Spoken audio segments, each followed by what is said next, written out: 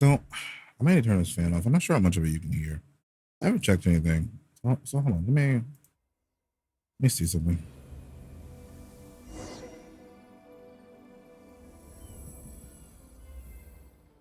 Mm.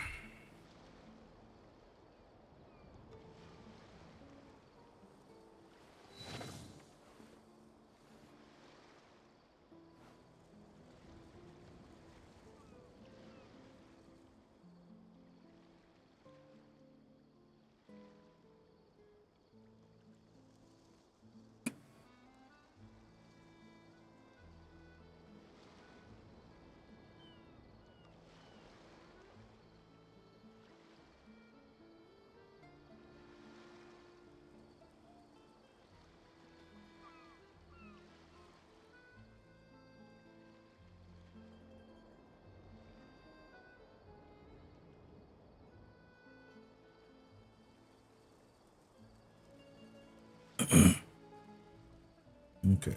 What's up? And mute this for the moment.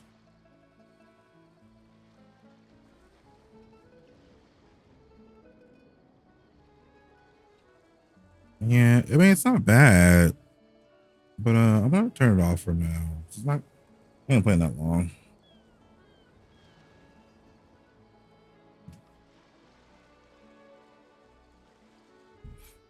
All right. Hopefully that is better.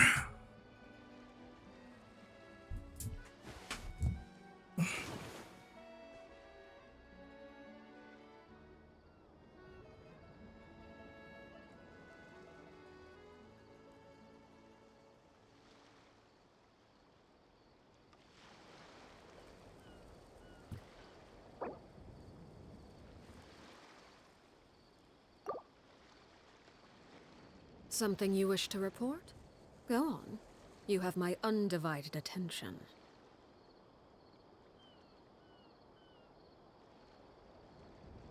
There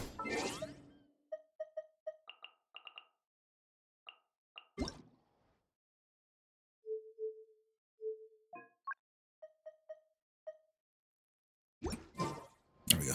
Turn on the music 'cause I know it's about to go crazy. All right. What time is it? When did we do? Did I do dailies real quick? I mean,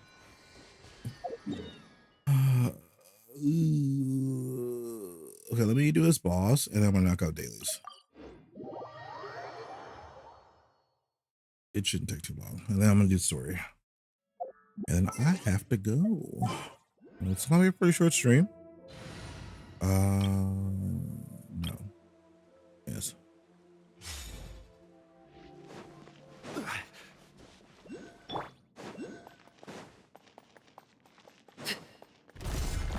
Lay bare. Gather. I will have order. I see everything.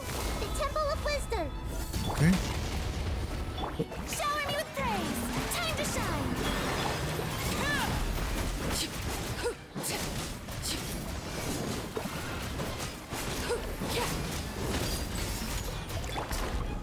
Stabilize.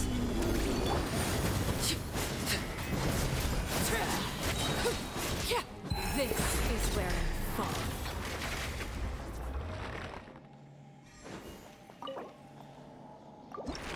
So what I have on her right now is like a temporary build. Like this is like clear all the stuff I put on Hutao. And you know, it's working. I don't even know what to like really put on her to make her do like insane damage, you know. I don't know, her weapon is crit rate, which is like strange because she's built on crit damage. Like she gets crit damage when she levels up, so like why would I not just build crit damage on her?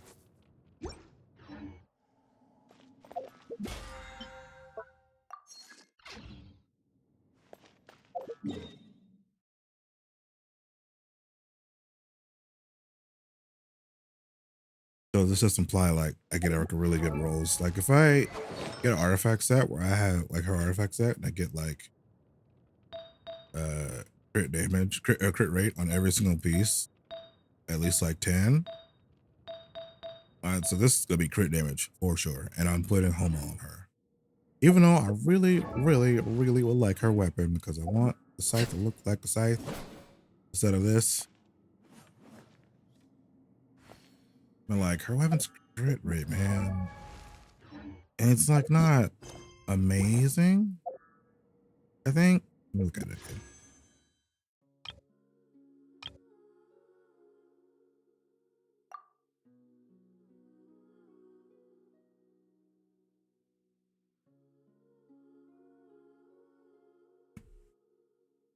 That's not it. Can I click on this? No, that's not it.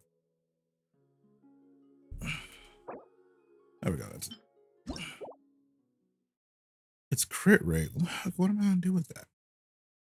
Though it does grant more bond, and that's good.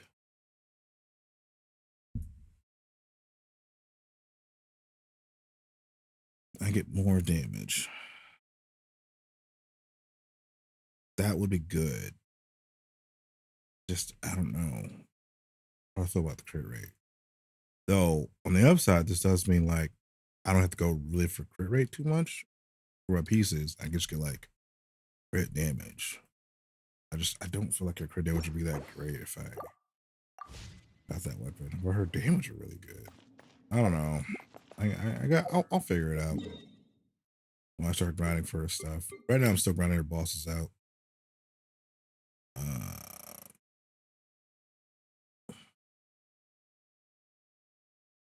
Let's say where's the dailies?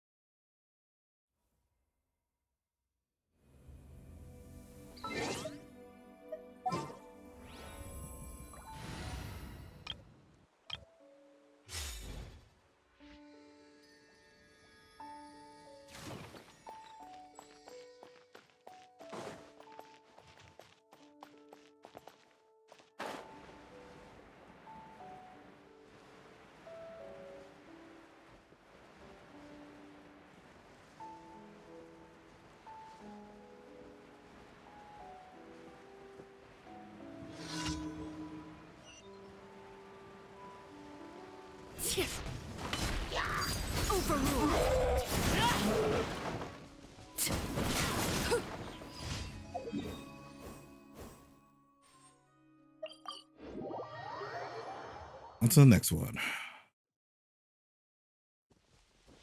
Okay.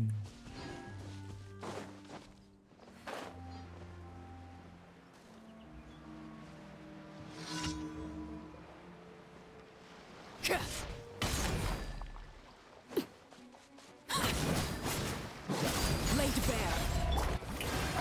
Let the world collide! Stop that!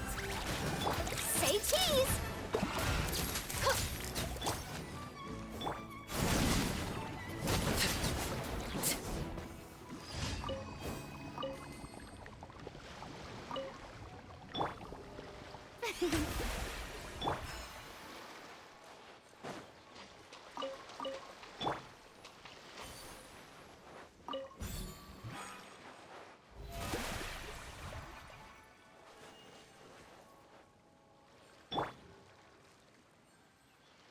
Let everyone heal up.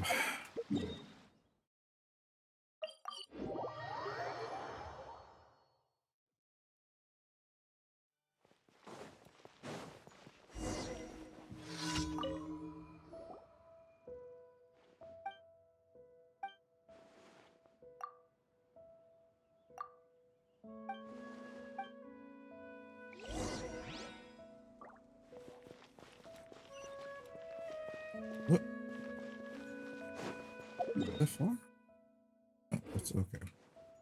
Oh, it's perfect distance of in between nothing. Awesome.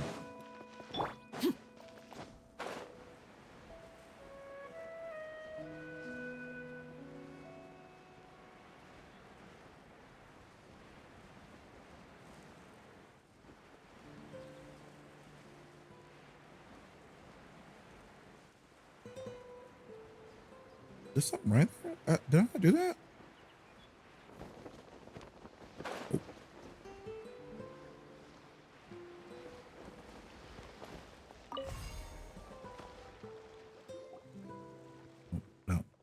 upstairs? No.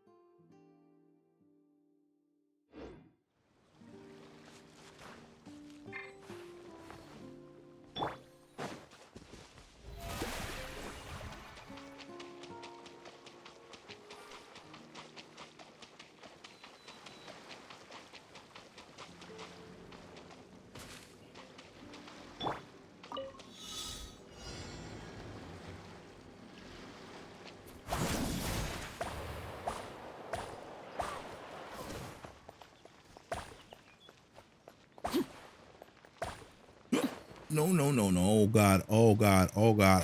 Oh God.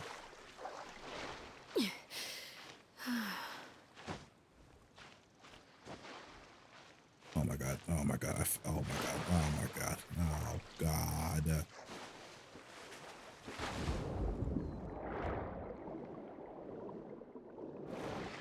Wait.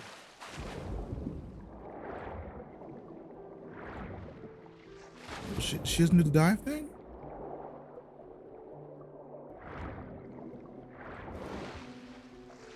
Wait, what? No, what? No, you're supposed to do the. Hold on.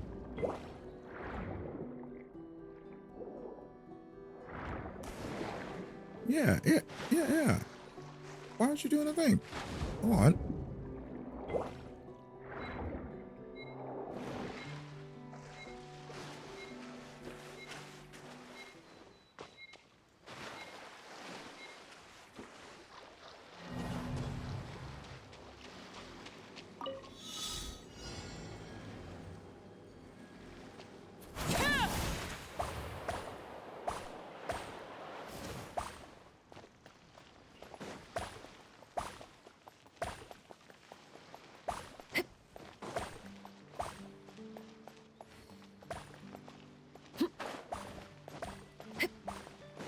Okay,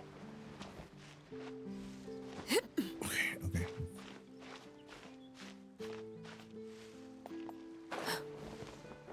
Oh my God. Oh my God. Oh my God. Oh my God. Oh my God.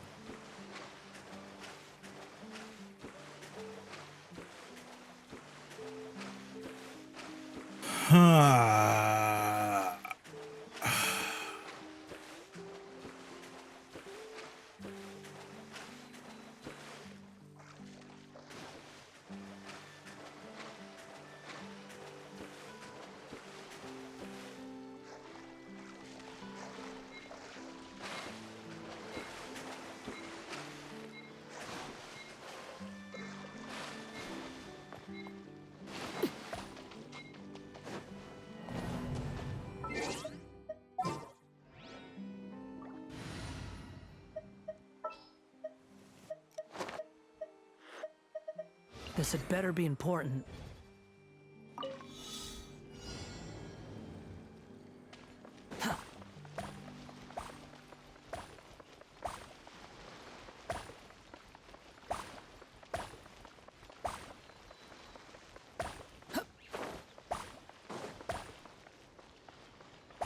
The wind rises.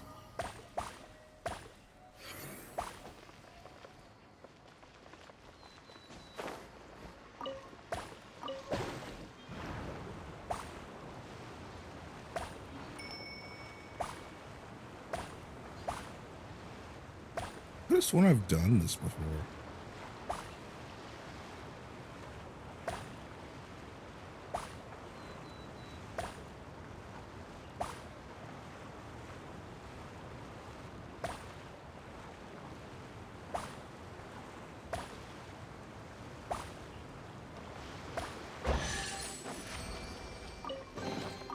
Take it and have fun.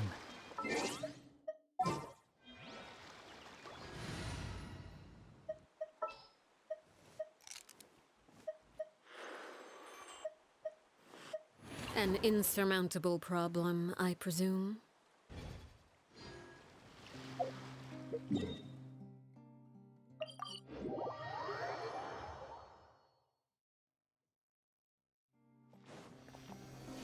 Come in, please. Thank you.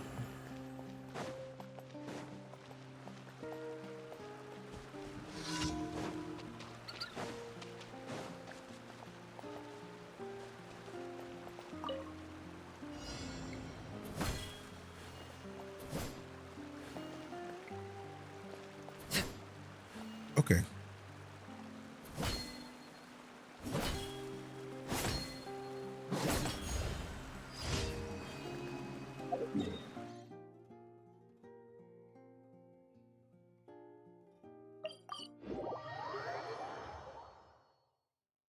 Turn the stuff in, start the quest. And hopefully it's not like super long. I don't think it's gonna be that long. Maybe like 2 hours.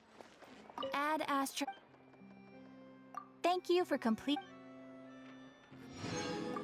Add Astro.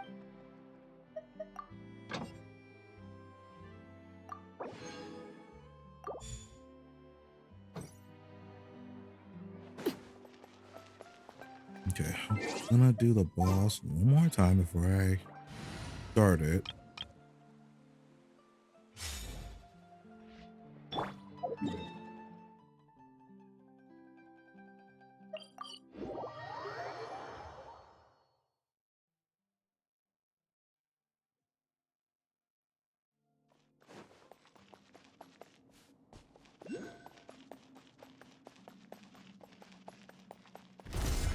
Transfixed. This is order. Gather. May I present? Hey.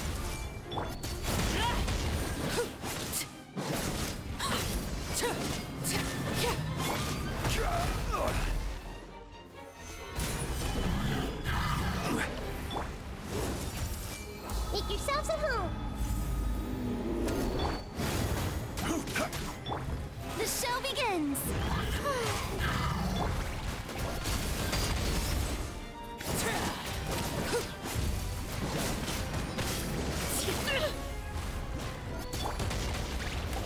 Stabilize.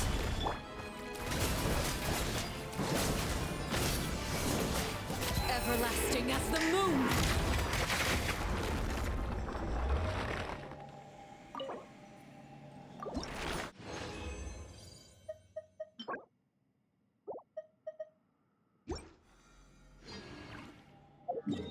Yeah, so let's party up and start the story.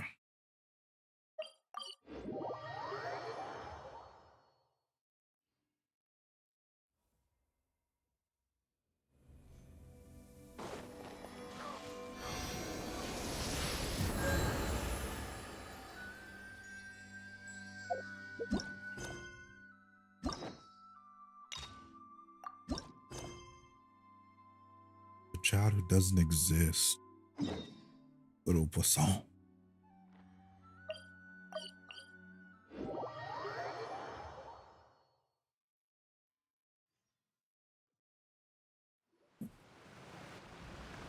Oh, it starts Hey, immediately. traveler, Paimon. Oh, Paimon knows that voice. Over here.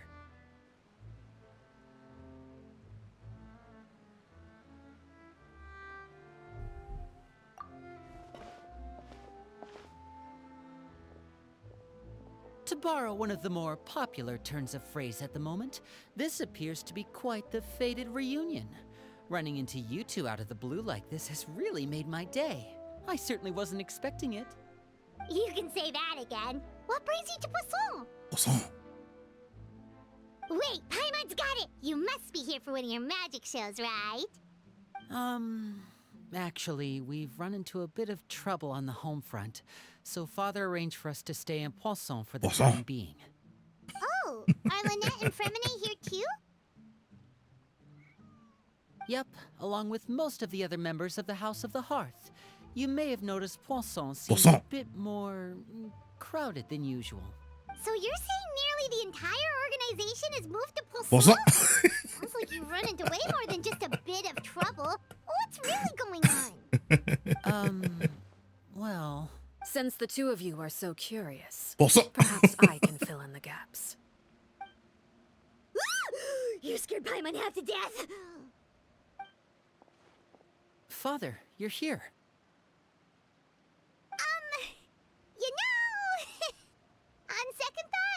don't need to know? It's all probably super confidential House of the Hearth stuff, right? We totally weren't trying to pry or anything.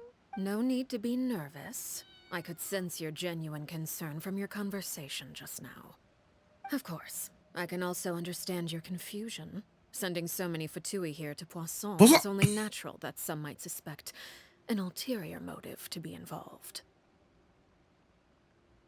Well, we are a little curious. I understand.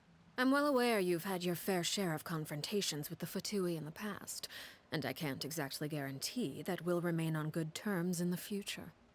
As for right now, Setting herself up however, as an enemy I would already. say we have little reason to be at odds, wouldn't you agree? The House of the Hearth could stand to be more open with those who have worked so closely with us in the past. As for the issue at hand, well, it hardly relates to any ulterior motive. To be frank, it all stems from a certain rumor circulating around the House of the Hearth. It's an internal matter. What sort of rumor? A rumor that a certain phantom child is hiding away in the House of the Hearth. I feel like I'm getting chills already. A phantom child? Ooh, just hearing the name is giving Paimon the creeps. A spirit that should have long ceased to exist is lurking in the shadows of the House of the Hearth. So I decided to bring the children to Poisson before What's up? continuing to investigate the situation. I expect I should be able to track down the spirit fairly quickly. After that, it's just a matter of resolving the situation, if you will. It shouldn't be much trouble at all. If you're curious, or if you still have some concerns, it might be advisable to stick around for a few days. I'm sure the children would be exceedingly pleased to welcome some visitors. Lenny, I'll leave you to entertain our guests. I have some matters to attend to. Of course, Father.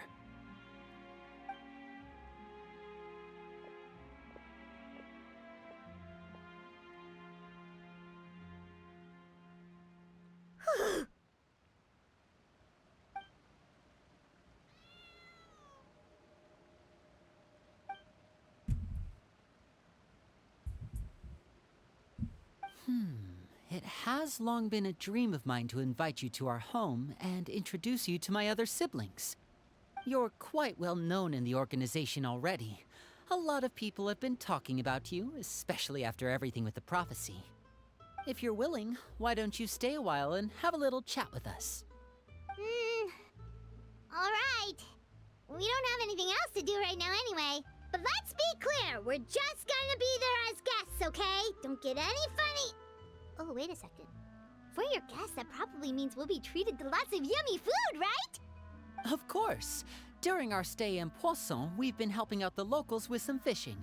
We bring in quite the bounty every day. In fact, today's the perfect chance for me to show you what I can do in the kitchen. Let's go. I'll take you to where we're staying.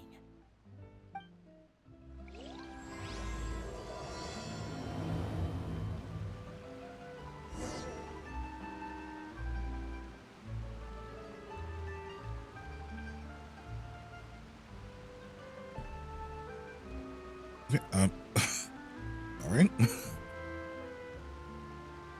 Okay.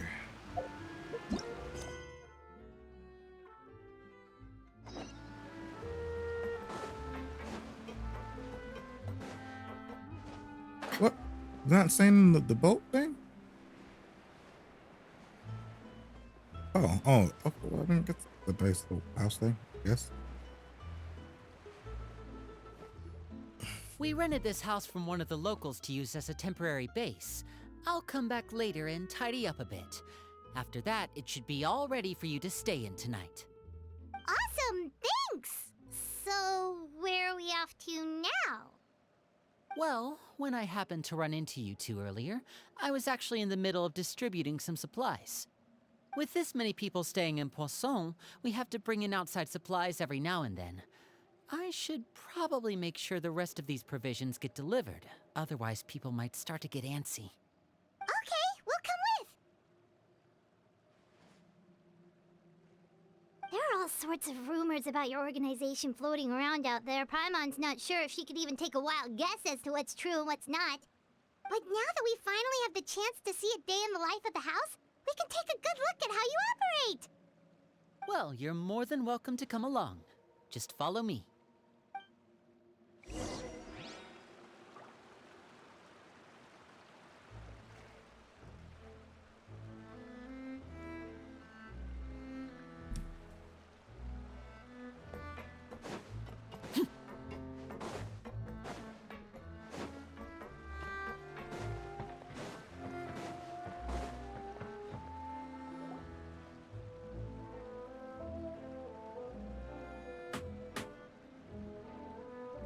Linny, you're finally here.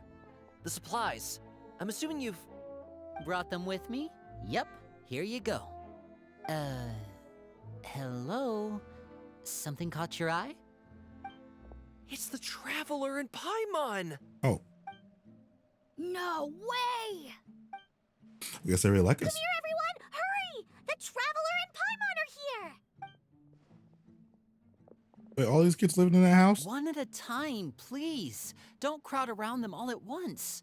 We don't want to scare off our guests now, do we? Oh, it's all right! Gotta say, Paimon didn't realize we were this famous. Of course! Father and Linny have told us so much about you. Father told us about how you helped Linny. According to her, you're a trustworthy friend.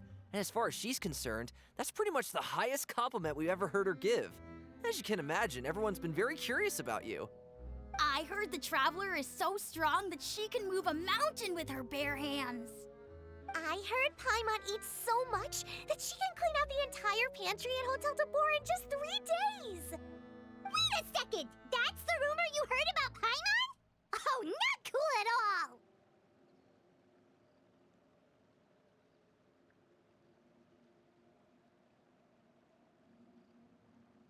Oh, wait! When guests visit, you're supposed to give them gifts and stuff, right?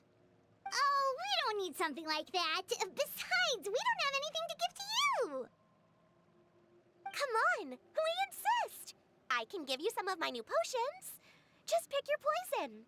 And by that, I mean medicine or actual poison. I've got both. Huh? Or maybe Shaplo can teach you guys about stealth! He's super good at it! He's never been caught. Ah, now that's not a bad idea. I know you usually prefer to fight head-on, but it never hurts to expand your bag of tricks, right?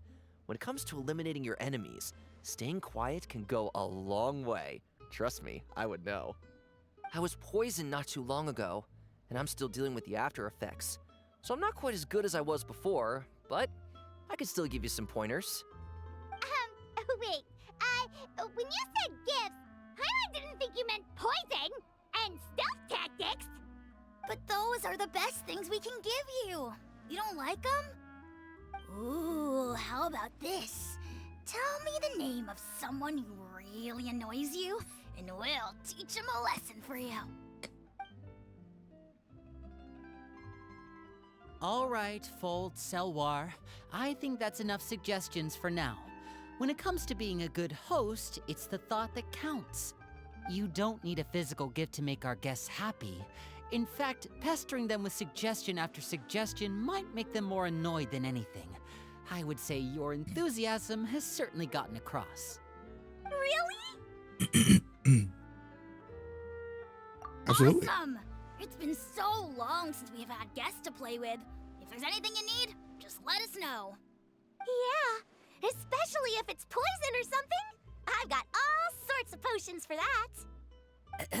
Well, we'll talk to you all later. We've still got supplies to distribute.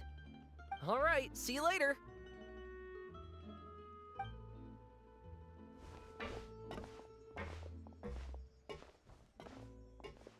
Bye!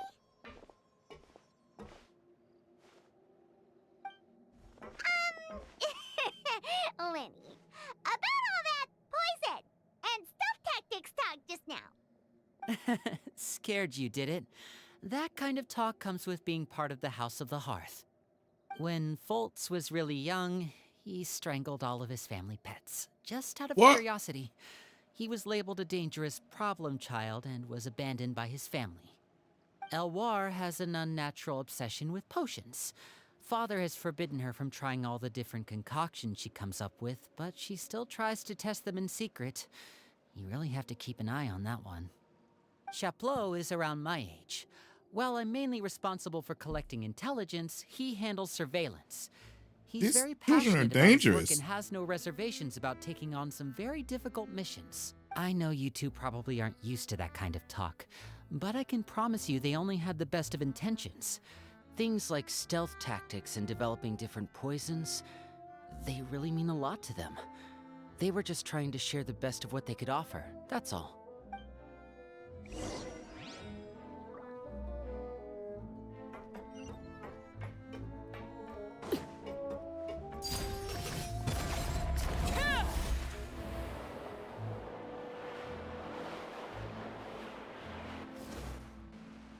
Filial, supplies are here. Thanks. And who are these two? Outsiders? Allow me to introduce you. This is the Traveler and Paimon. Oh, you're the famous duo I've been hearing so much about. It's nice to meet you. I heard you've traveled to all sorts of places. Is that true? Of course! We're making our way all across to that! Oh, good for you. You must be pretty familiar with Fontaine by now, then. Have you seen the new opera that started running recently? I think it's called... The 4,000 Thieves? Oh, this is the first we've heard of it. 4,000 Thieves. It It's like, seems like it's an going to Aladdin be thing? fantastic. From what I've been able to tell from the posters, anyway. You should definitely check it out if you have the time. Oh, and there's the Blind Maiden, too. That one is supposed to have audience interaction. Seems pretty interesting. After this mission is over, I think I'll go get a manicure. Oh, maybe I should dye my hair. Wonder how much it'll cost. Is it just Paimon, or do these two seem much easier to get along with than the others? Looks like the House of the Hearth has some normal members after all. I heard that. Oh! Oops. I'm guessing you're referring to Foltz and the others? Yeah, we're definitely not all like them. I bet those crazies are practically foaming at the mouth right now. I'm sure they just can't wait to get back to Snezhnaya to carry out the plan. That's enough, Filial. Don't talk about family members behind their back, right? Whatever. Let's go. Okay, what is this bitch's problem? Guess this is goodbye then. If you ever have some time, we should go see the opera together. His eyes are very untrustworthy.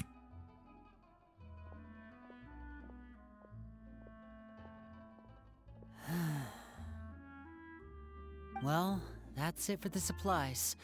We should probably head back as well.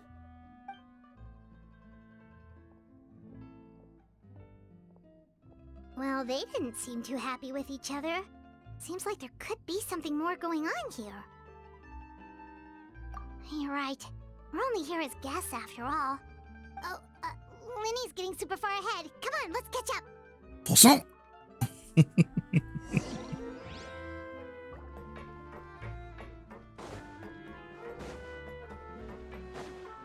Oh. Uh-oh. So, what do you think of the members you've met so far?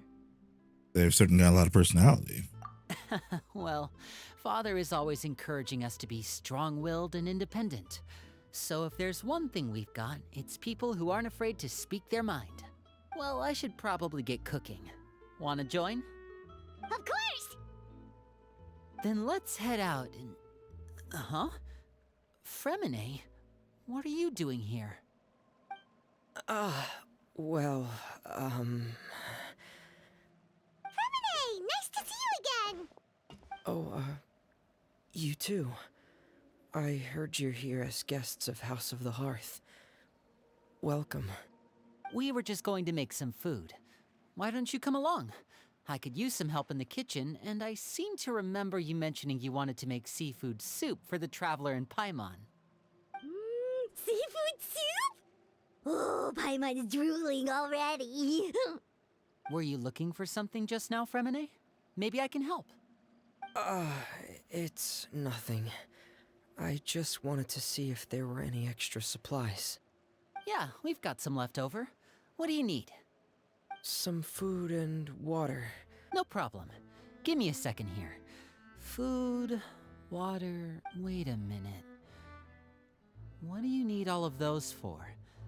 You're not on any missions as far as I'm aware, and you were just going to come eat with us. So what's this all about?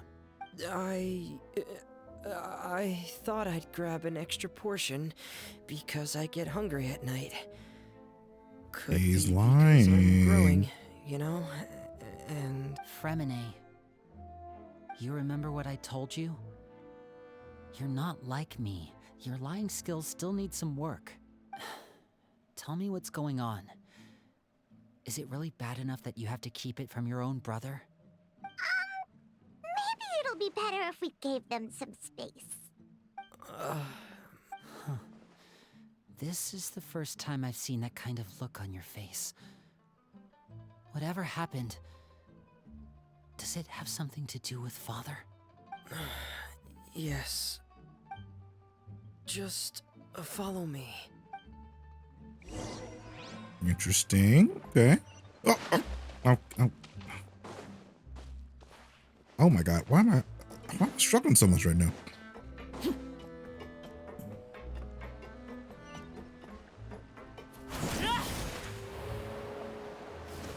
Okay. Who's this? You're back! Oh, and you've brought some friends with you this time. Hello, my name's Linny. I grew up in the House of the Hearth. And you are? Hi, Linny. I'm also a child of the House of the Hearth, just like you. You can call me Clairvy. Clairvy? It's nice to meet you. Does that name ring any bells, Linny? No, not at all. That's not a name we have on our roster, I'm sure of it. What I'm not sure of, though, is how she managed to sneak in. She must be the phantom child Father's been searching for. From the looks of it, I'm guessing you were the one that found her, Fremine. You, haven't told Father, have you? No, I haven't told anyone. I've just been keeping her hidden. For how long? About half a month now. Oh, it's not that bad. So ever since we got to Poisson, Poisson! do you have any idea what you're doing? I know what I'm doing. Really? 'Cause from where I'm standing, it looks like you're hiding the very person Father has been trying to find. If Father finds out about this, everyone involved is going to be punished. You know the rules of the house, Fremine. I know you do. Father doesn't tolerate any form of betrayal. So why are you doing this? I've thought it through. And I just can't hand her over like that. Linny, don't you remember last year? Sheplo nearly died after getting poisoned during that one mission. He wasn't able to get back before the poison started taking effect, and not a single person was there to help him. That night, while I was sleeping, I heard a voice telling me to go save him. I opened my eyes, but I couldn't find the source of the voice. I thought maybe I was just hearing things, but I went to look for him anyway. Luckily, I got there with enough time to save his life. That feeling of being haunted, of hearing voices, it's happened many times in the House of the Hearth. I'm sure you've noticed. So what you're Interesting. saying is, that was her? She was the one who spoke to you that night? Unless there are other spirits roaming around the House of the Hearth, I don't think there's any other possibility. If Clairvy were our enemy, it wouldn't matter whether she was a spirit or an actual child. I would have acted without a second thought, because that's what Father ordered us to do. But she's been living with us, helping us from the shadows all this time. I think that makes her family. I couldn't just hand her over to be dealt with. Not when there's so much we still don't know. So what's your plan then? You can't keep her here forever. Someone is bound to find out eventually. I haven't thought that far yet. I don't want to disobey an order from Father, but I also don't want to put Clairvy in danger. Come with me. There are a couple things I'd like to say to you in private.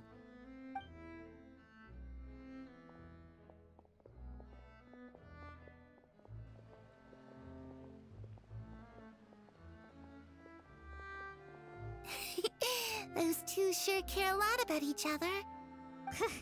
Well, they got a funny way of showing it. From where Paimon was floating, it sure seemed like they were about to bite each other's heads off. No way! They have a really deep bond.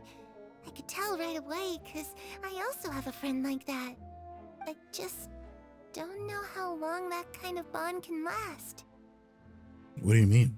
The darkness in the house runs deeper than you can imagine. No one can get out alive. I'm sorry, Lenny. I really didn't mean to drag anyone else into this. Oh, really? You didn't mean to? 'Cause I, for one, wish you did. Huh? What do you mean? You know, when we were younger, you didn't call me Linny. You called me brother, just like Lynette. We grew up together, the three of us. We were all orphans, all rescued by Father. Of all the siblings in the House of the Hearth, I think our bond was the closest. Later on, when you started calling me Linny, I wasn't actually surprised. After all, Lynette and I are related by blood. We've had to depend on each other to survive long before we joined the house. Lenny, The darkest and most difficult moments of my life happened before you and I had ever met. I'm sure that's true for you as well. Even so, Fremine, we've stood by each other for all these years now, and to me, that means more than blood. You and Lynette are the most important people in my life. No one can replace you. So I won't let you face anything alone. Not if I can help it. Oh, looks like things are getting kinda heated between Linny and Fremine. Maybe we should go check on them. Oh, it's raining. Hey, you two! Hope we aren't interrupting anything. Like a fight, or... Oh, wait a minute, Fremine. You're not crying, are you? Is everything alright? everything's fine. Thanks for asking. Well, we're all friends here, right? We've been through so much together, so if there's anything we can do to help, just say the word. It's just a small family dispute. It's not something our guests should trouble themselves with. In fact, it might be better if your stay ended here. But sometimes having guests can come in handy. Having guests around can come in handy. What are you getting at, Traveler? When guests are around, families are often on their best behavior. And any disputes are less likely to escalate. That's what you're trying to say, isn't it? I think it'll be better if we stick around. I just... Thank you. I was really hoping to keep you out of it. But even if I could think of some other reason to turn you away, I'm not sure I could convince you. I know things could turn dangerous, so I promise you this. From now on, I'll protect you like my life depends on it. Me too. Well, back to the matter at hand then. If we don't plan on handing Clairvy over to Father, then our only other option is to solve the mystery of her identity before Father is able to track her down. That means finding out where she came from and what she's doing here. Then we can send her on her merry way and pretend like none of this ever happened. I've tried that already. And? And... nothing. I tried taking her somewhere really far away, but... after some time, she just reappeared. She a ghost? She even came with us all the way to Poisson. Poisson! It seems like wherever the house is, she follows. I don't know much about spirits. Do you two have any ideas? Let's see here. Paimon remembers hearing something if you fulfill a spirit's last wish before they died, they'll let go of whatever is keeping them here and return to the ley lines. Oh, it's just that Paimon doesn't really remember where she heard that, so it's not guaranteed to work or anything. Well, sounds like it's worth a shot. Guess that means we should go ask her about her wish. But first, Fremine, I need you to promise me something. What is it? No more secrets. I need you to promise me that this will stay between the two of us. We're the masterminds behind this whole thing. No one else gets involved. Can you do that for me? Of course. I promise. All right. Then let's seal the promise just like when we were kids. Fist bump on 3. Ready? 1, 2, 3. Aw. Swear. Wait, when did Lynette get here? Oh,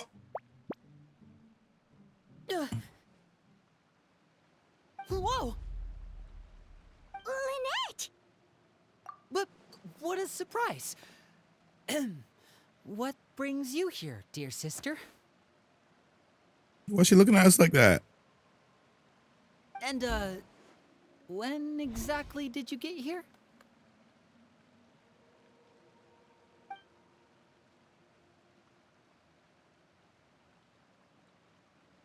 Does she see the girl in the bushes? You're an idiot, brother.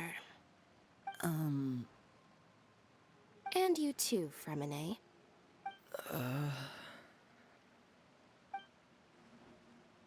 You 3, Traveler. Oh. And you 4, Paimon. Why are we in trouble? Wait, what did we do? I've seen Clairvy around the House of the Hearth before. I hadn't seen her in Poisson, so I figured she must not have come with us. But it turns Wait, out she knew about her? you were just hiding her. I heard you talking about your plan. Rather than steering clear of the situation, I'd rather fully join in.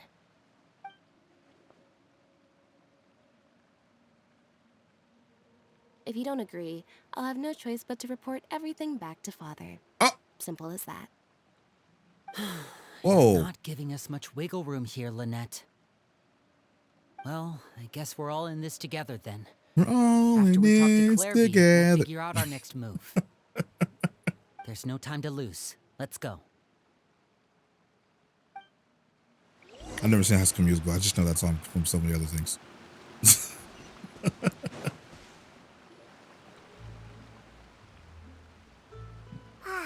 I'm full. Thank you for bringing me this food, you guys. She said she's full, but the food doesn't look like it's even been touched. That's right. Based on what I've been able to observe, it doesn't seem like Clairvy can interact with the physical world at all. Still, when she's presented with food, she'll always linger around it for a good little while. Maybe, in her mind, she really is eating those things. Does she know that she has already passed away? I've tried to ask her, but she didn't answer. My guess is that she's just as confused as we are. Or maybe she couldn't understand the question at all.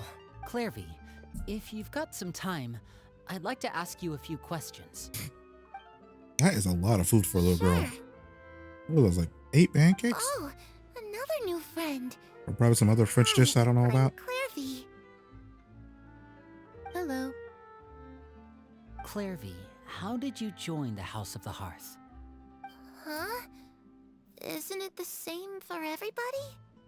The knave brings you here and then you can't leave. Oh, can't leave? It's just that your name, it's not on the roster. And I've never seen you before. The roster? Oh, I get it now. I think there might be some things you don't know about this place. The people in charge, they're not as nice as they look. They say they keep a roster, but it's not complete. There are a lot of people who aren't on it, and never will be. In this house, some people are family, and other people are just test subjects. Those kinds of people aren't ever going to get a place on the roster, unless it's the roster of people who've been executed. Wait, It's like there's a... does that mean the knave... the dark past for the House of the Hearth. Is there anyone that can vouch for you? Perry. She's my best friend. She's the only one. Oh I my trust in god, this fight. is who this is. Have either of you heard of that name before? No. Me neither. Clairvy, Perry. Neither of those names are on the roster. But it seems like she's telling the truth. Either that, or this Crash kid's Rouse, who already this got is? a bag of tricks bigger than mine. Maybe we should try a different approach. Clairvy, do you have a wish? A wish? It can be anything you want. Just imagine. It's your birthday, you're blowing out the candles, and your wish is...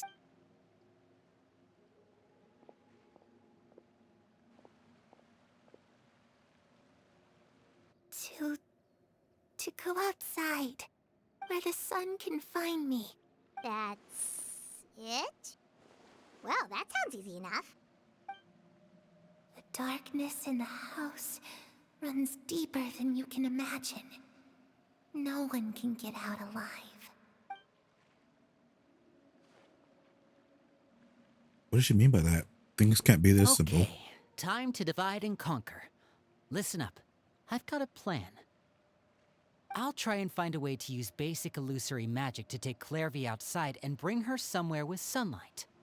Lynette, try and find the list of executions that Clairvy was talking about and see if her name is on it.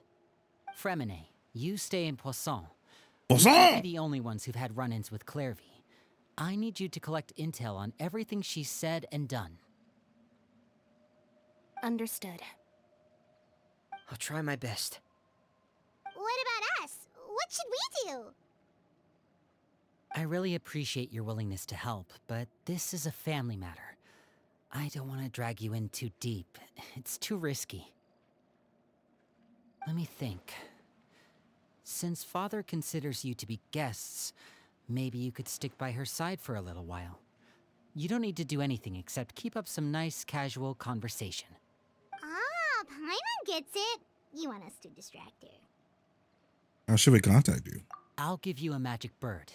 If Father suspects something, all you need to do is release it when she's not looking, and it'll alert me that something's wrong. Of course, that's only as a last resort. If Father doesn't seem to notice us, there's no need to make contact. We'll reconvene here tonight after all's said and done. If the worst-case scenario happens and we're discovered, just tell Father everything. We're not going to let our guests get punished for our own actions. That's where we draw the line. Be careful. You too. Okay, this is where we part. Father should be at the beach nearby.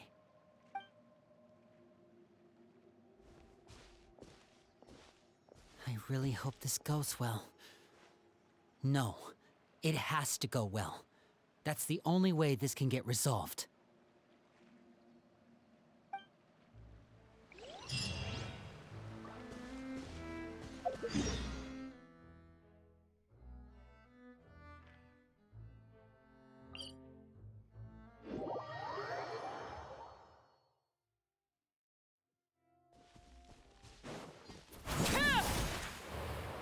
Wee. Oh. What?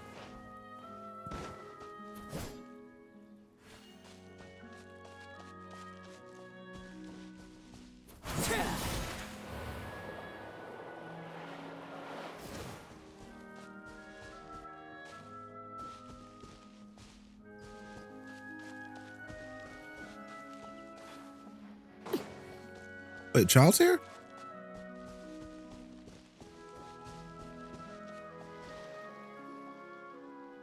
It's the knave and child.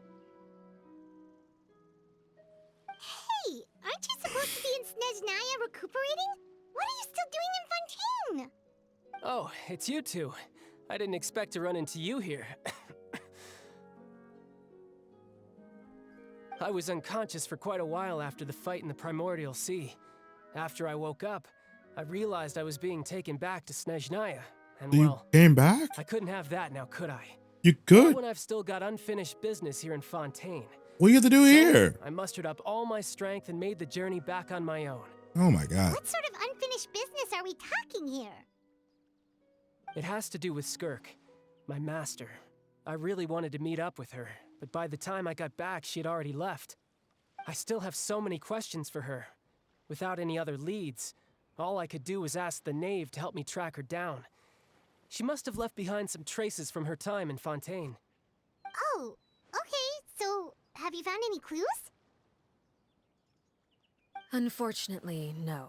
While the House of the Hearth is adept at collecting all manner of intelligence, certain existences can still manage to escape our purview. Basically, unless Master feels there's a need to meet with me, she's not going to be found. But that problem has an easy fix. I just need to become stronger, and then...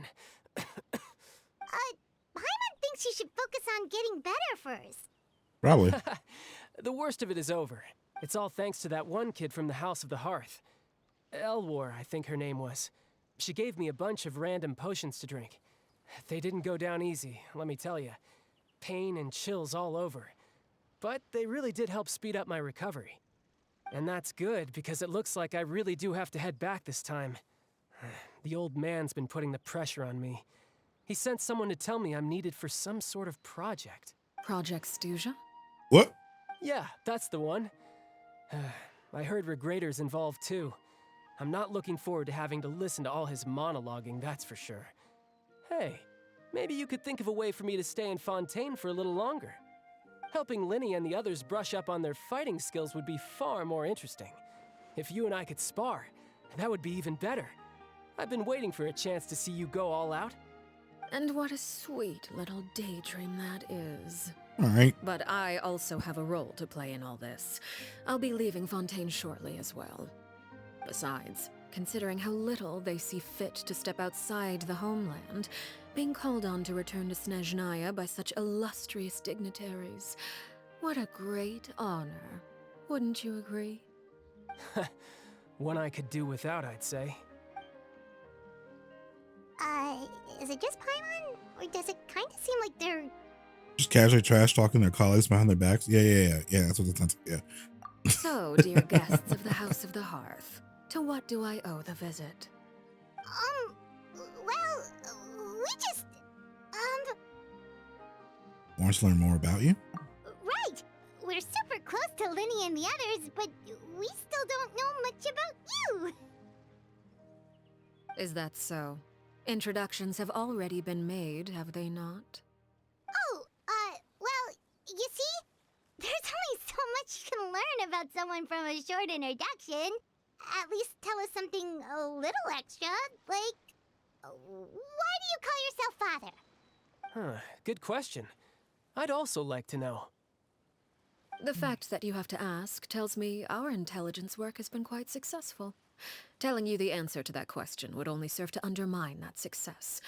And we can't have that, now can we? Spoken like a true diplomat. That was some expert sidestepping right there. Well, if there's nothing else, I think I'll take my leave. I still have a small matter to resolve at home. Wait, don't go! Uh-oh.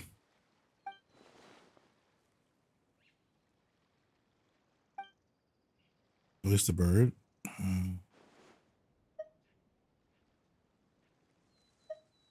What does this organization mean to you? I'd also like to hear the answer to this. I've met some of the members of your organization, and they all seemed like really good kids. They actually reminded me of Tonya and Tusser. Which, by the way, if you ever betray them, I'm just letting you know, I won't let you off easy. And why would I betray them? Well, you've already betrayed the House of the Hearth once, haven't you? At least, that's Oh, what I heard. the past thing.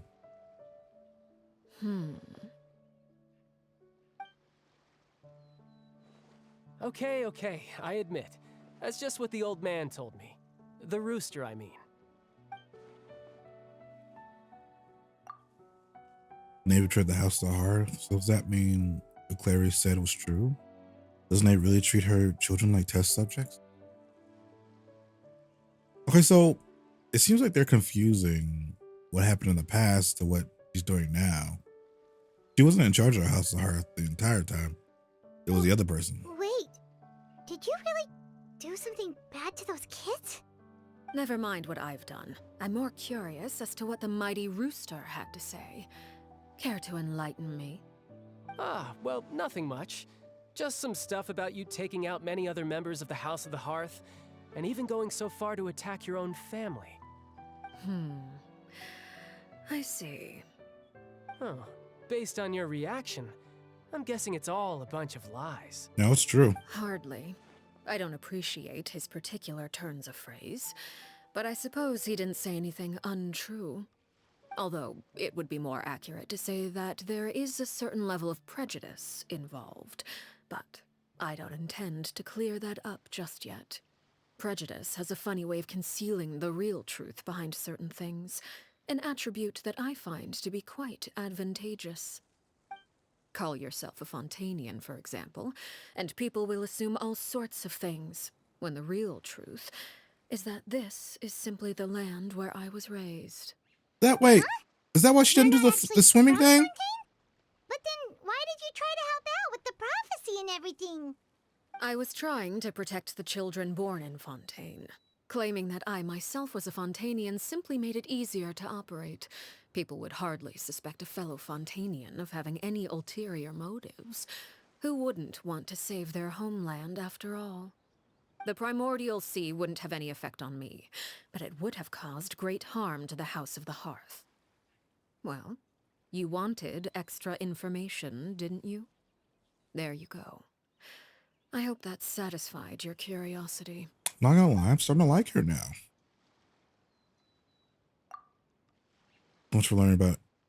So much for learning anything else about her betrayal. She's probably only revealed that other secret in order to change the subject. It seems like she's trying to avoid talking about her past. So, you stayed in This is Fontaine true. for the kids. I guess I was wrong to believe you'd betray them. Apologies. Looks like I was holding on to some prejudices myself. Good. Like I said, I like it when others have misconceptions of me. Actually, while I was recuperating at the House of the Hearth, there was something else that really caught my attention. Uh-oh. I heard that members always resolve disputes and arguments with a friendly spar, and the loser has to back down. Seems pretty cool if you ask me. Would also give them plenty of opportunities to hone their skills. Well, that's only a recent development. In the past, such spars weren't nearly so friendly. The losing party would lose everything, including their life. They were that high stakes? Whew, at least that's not a thing anymore. Well, the current atmosphere's not half bad. I'm a bit jealous, actually. You've got so many family members around you, and you even get to live with them. Having a lot of family around means dealing with a considerable amount of bickering and scheming.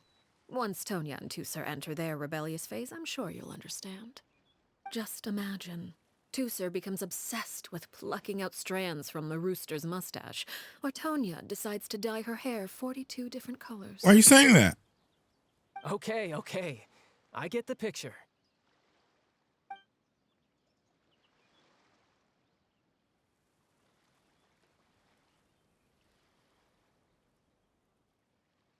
Well, would you look at the time? I should probably get going.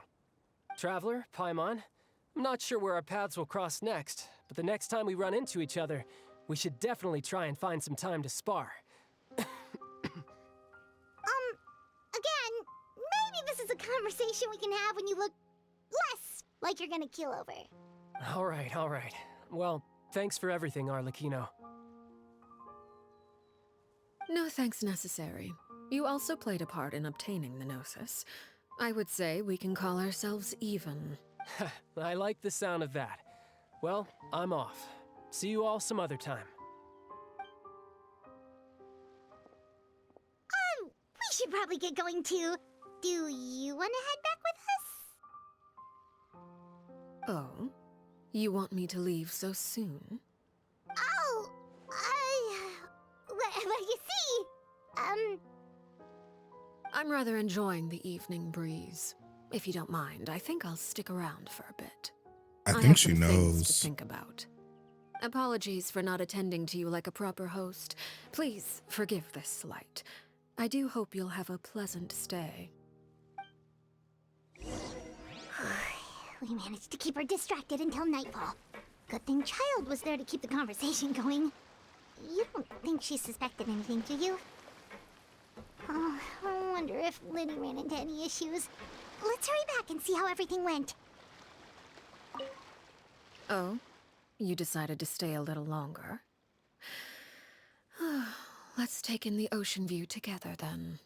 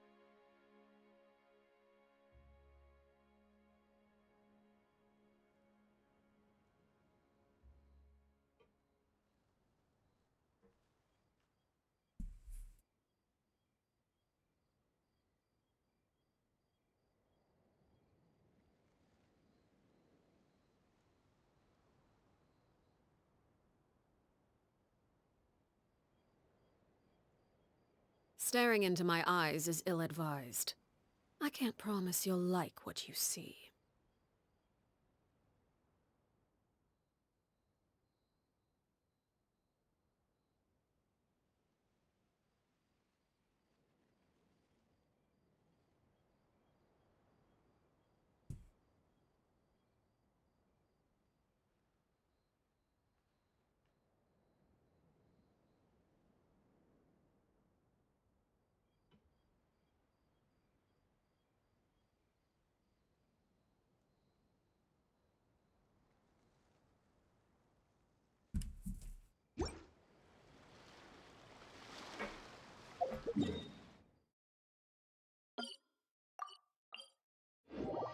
Okay, let's go back.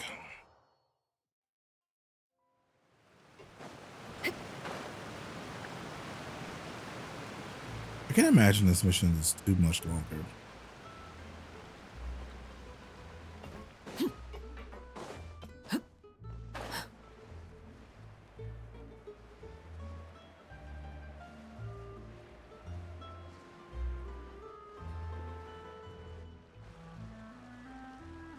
Lenny, how did everything go? Well, long story short, we ran into a small issue. Clairvy can't go into the sunlight. What do you mean? Everything was fine at first. She followed me up to the surface just like I told her.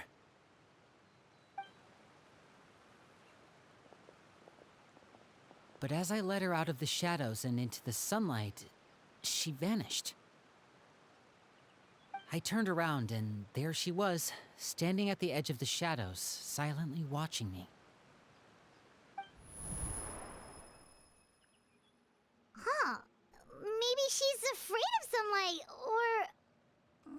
wouldn't be your wish if that were the case. Well, we could always try pushing her into it.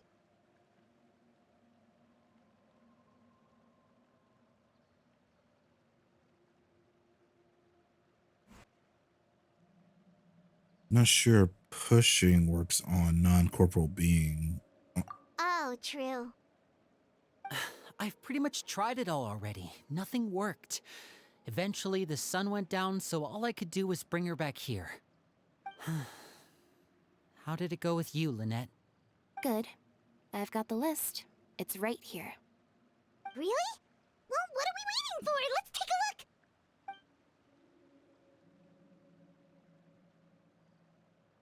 Oh, that's a lot of pages. Oh, it's gonna take forever to get through it all. We can each take a section. Here. La Pouillade, L'Endroit, Chambel, Horaire. Executions. Oh. Oh, yikes. That Horaire guy has a huge scar on his face. He's kinda giving Paimon the creeps. Ah, I've met him before. The scar is from an injury he received during a mission. I still remember him joking with me about it. He said any future lover would take one look at him and then lose all interest. Oh. Did he say anything else? Well, I asked if there was someone he was interested in. He said no, and that's where our conversation ended. It was only later that I learned he really did have someone he liked. He risked everything to escape so he could be with her, but it didn't work. One day, Father asked to see him, and, well, I never saw him again after that. Wait, so that means the knave, she... It may seem cruel, but it's just one of the rules of the house. Betrayal is not to be taken lightly. We know too many secrets to come and go as we please. So, if you do try to leave, you pay with your life.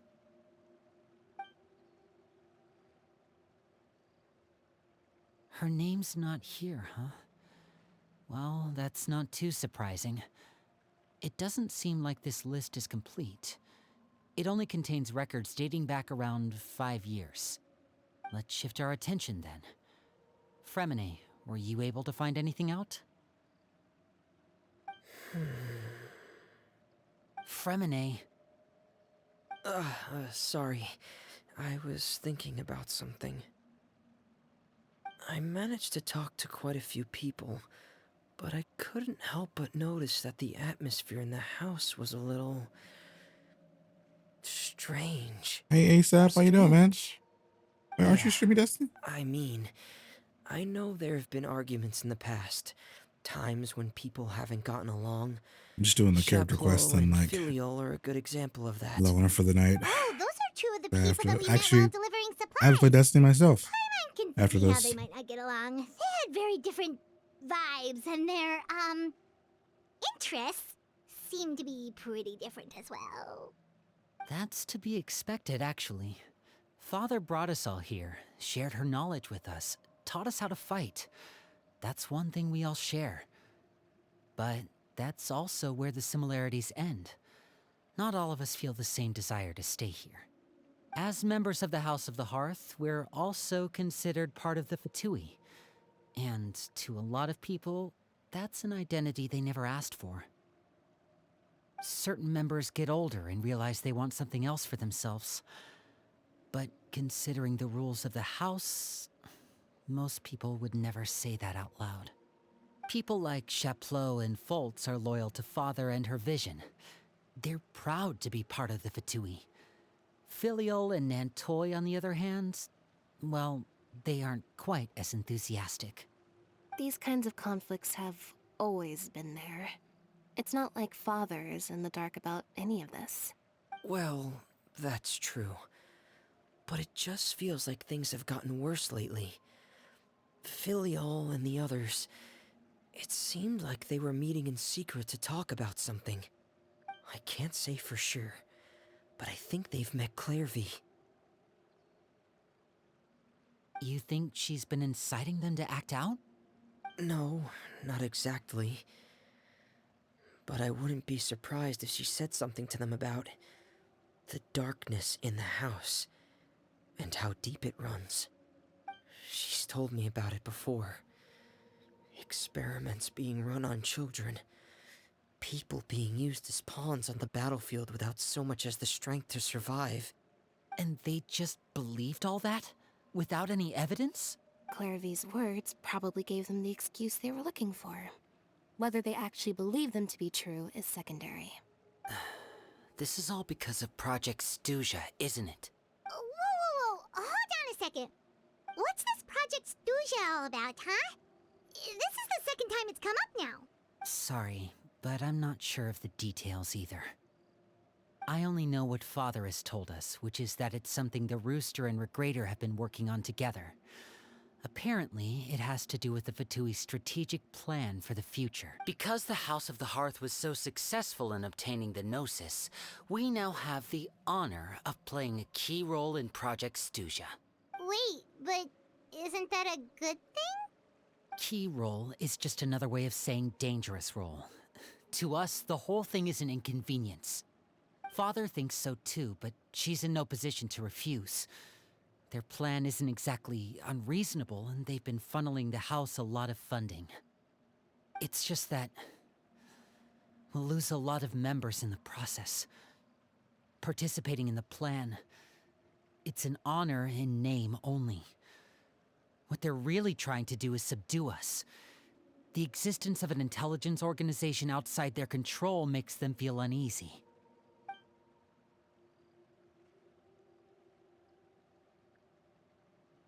Looks like the Fatui are plotting something big. Okay. Okay. Edmund, just keep a sharp eye out during any future dealings with the Fatui to see what I can learn. Okay, super complicated top secret Fatui business aside, what does all of this have to do with the conflicts you were talking about earlier? Paimon doesn't get the connection. External pressure has a way of exacerbating internal strife. You can't overlook the power of fear either. People are afraid of dying, and that fear is often the impetus for a lot of stupid decisions. I thought resolving the Clairvy situation would make everything go back to normal, but it looks like things are more complicated than I thought. If we leave Filiol and the others to their own devices, sooner or later, Father will be forced to take action. We can only focus on one situation at a time, brother. You're right. Even if we confront Filial and the others, it won't do any good. It might even make matters worse. We should focus on Clairvy for now. Well, it's getting late. We should head back and get some rest. We'll try again first thing tomorrow. Lynette, you stick with me this time. Fremine, keep a close eye on Filial and the others. Make sure they don't do anything they'll regret. Good work today, everyone. Have a good night, and I'll see you tomorrow. Hey.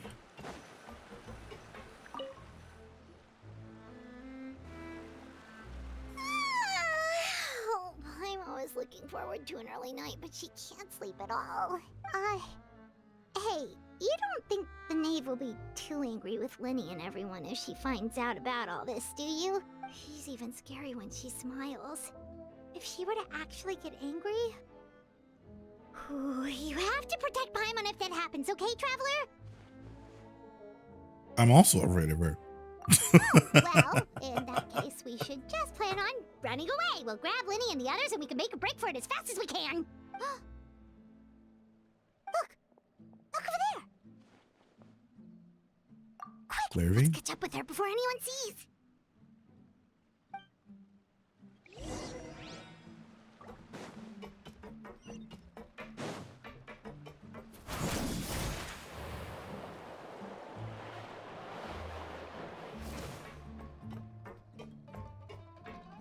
Over there!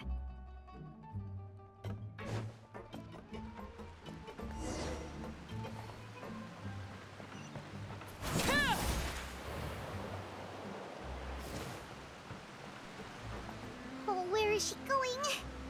if someone sees her, we're toast.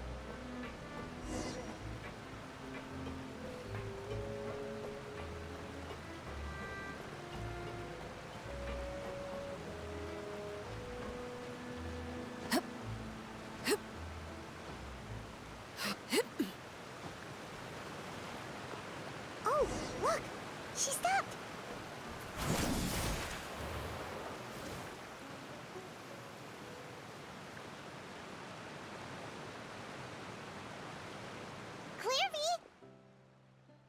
Shh. I opened the window while no one was looking. Look how pretty the outside is. Window? If only I could have more than this. You probably think I'm being silly, huh? All this hopeless resisting.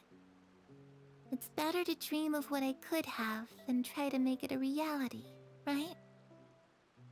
Please, help us get on the same page here, Clary. We need you to tell us what you know. Can you do that? Sure. Although, after you hear all this, I think you might regret that decision. Everyone in this family is nothing more than a tool. Something to be used and exploited. We're all expendable. Including me. As long as you're useful, you get to stick around. Lose your value, and you're handed over to the doctor, experimented on, and given a fate worse than death. I've seen it happen again and again, and I've had enough. You're saying the knave did all that? It's just, that doesn't seem like something she would do. She's scary and all, but it seems like even she has lines she wouldn't cross. I knew you wouldn't believe me. Everyone thinks she's a good person. They all think of her like a real mother. Mother? But she doesn't deserve that title. She's disgraced it and tarnished it. And if I had things my way, I'd never see her again. If only Perry were here, she'd understand.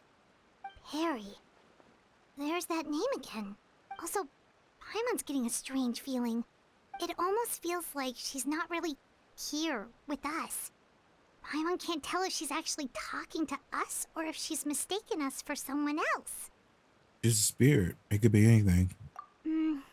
Well, in any case, it seems like she really needs someone to talk to. We should keep her company for a little longer. She looks so young. But it seems like she's been through a lot. It's getting windy. I should close the window. Ooh, look at the moon. Isn't it pretty? Hey, wanna hear a secret?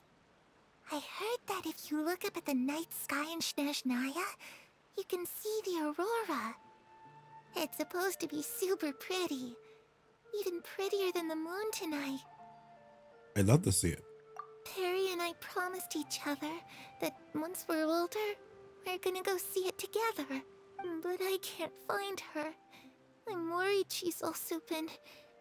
No, that wouldn't happen to her. She's special. Mother likes her a lot. I should really go talk to Mother, but we just fought. She doesn't want to see me, and I'm too scared to face her. What should I do?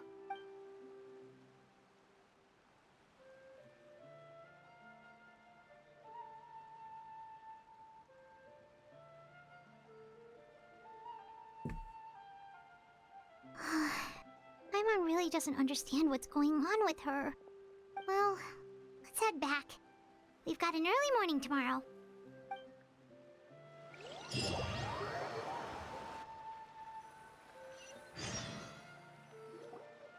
All right, looks like we're all here. Let's go ahead with the plan.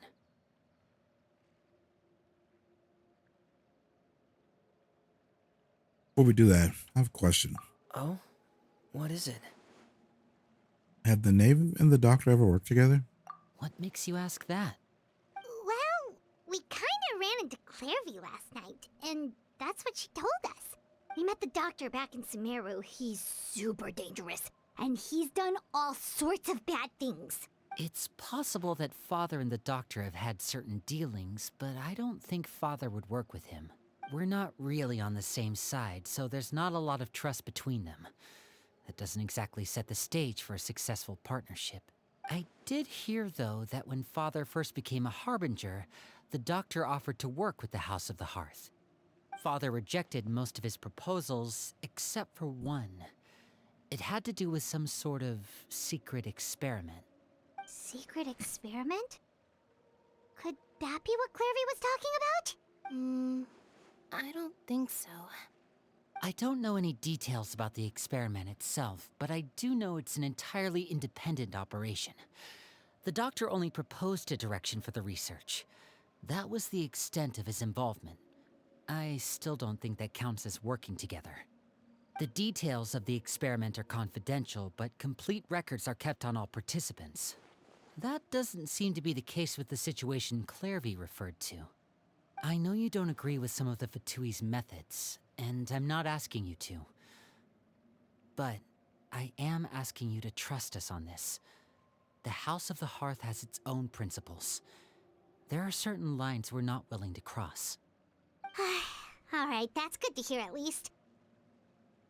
Clairvy seems to think the Knave and the Doctor worked together to do something horrible. If that turned out to be true, Paimon doesn't know how he would even face you guys. It's just that it doesn't seem like Clairvy is lying either.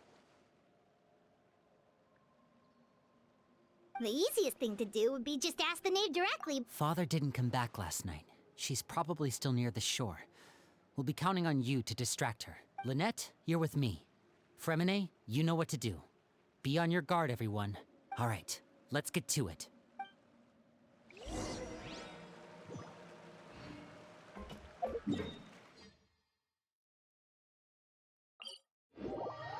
Why would she just be like outside of Poisson this entire time? What's going on with the Knave?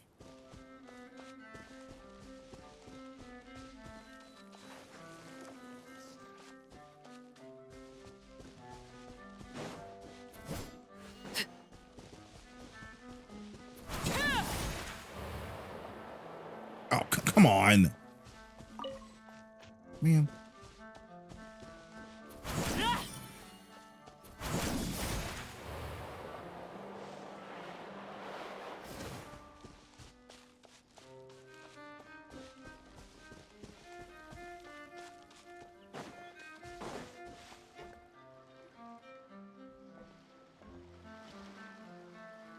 Ah, it's you two again.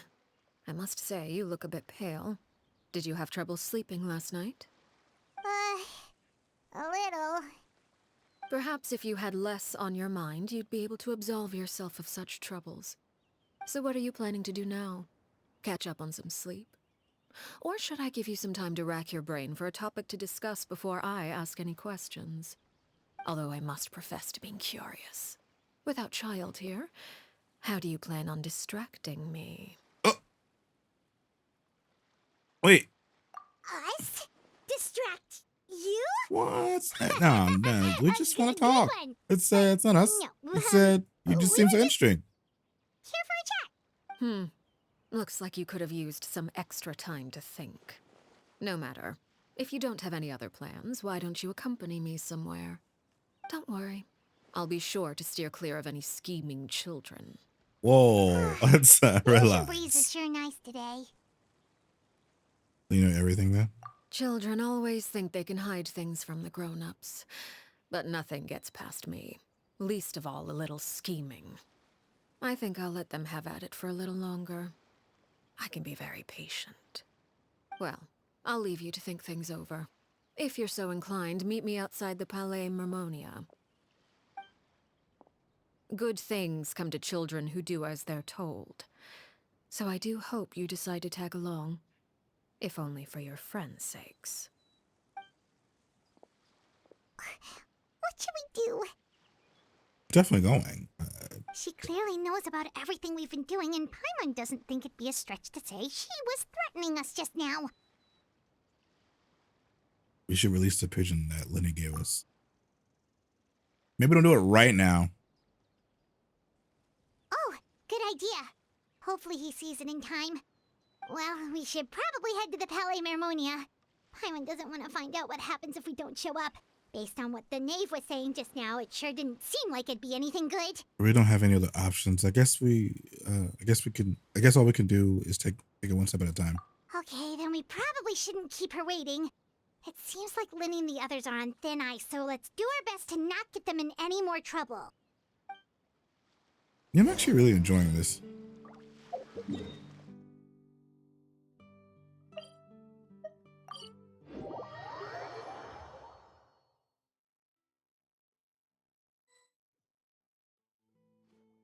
Seeing as we still have some time before my meeting, we might as well enjoy some pleasant conversation while we wait.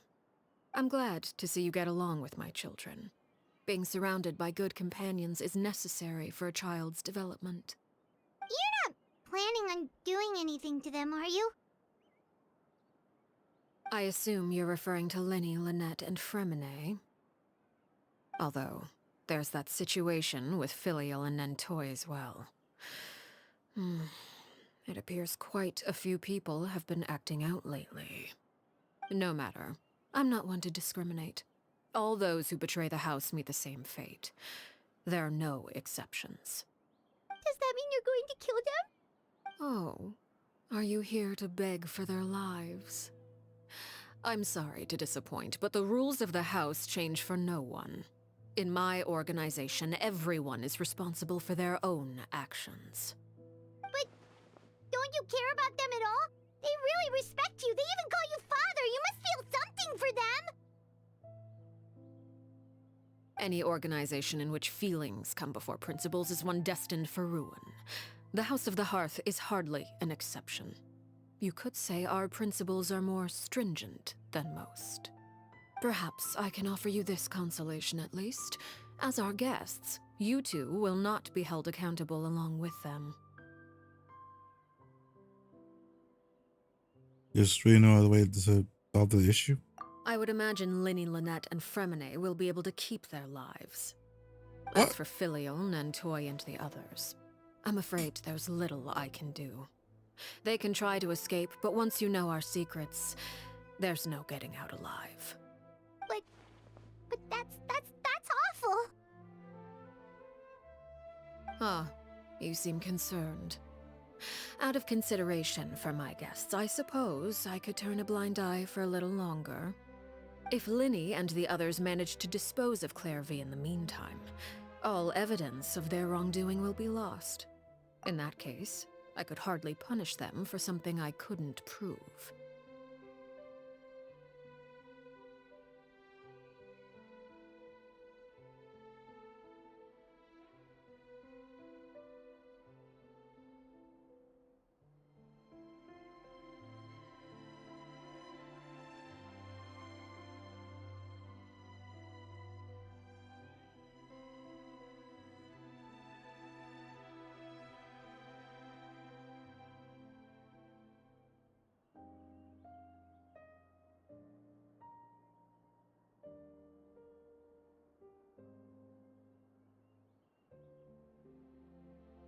Hold on, Piedmont, hold on. Everything, hold on, wait.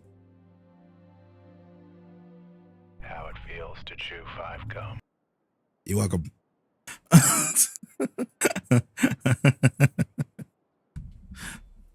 If their efforts are unsuccessful, on the other hand, all will be held accountable.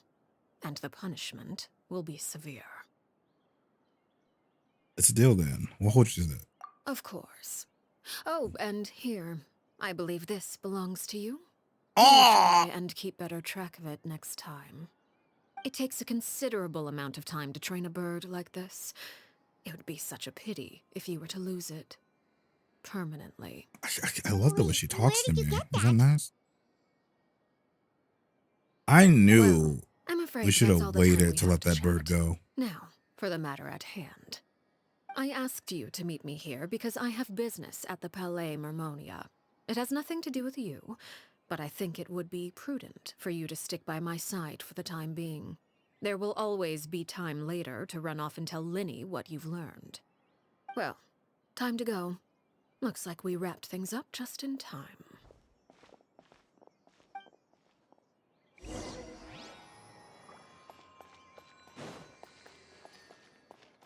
This is her. I have her. I'm very excited. She turns her thing, her scythe, her weapon to a scythe. It's really cool.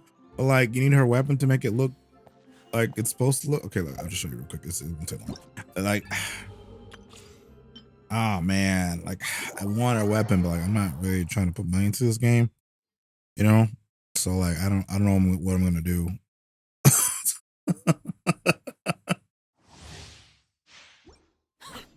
This is our weapon.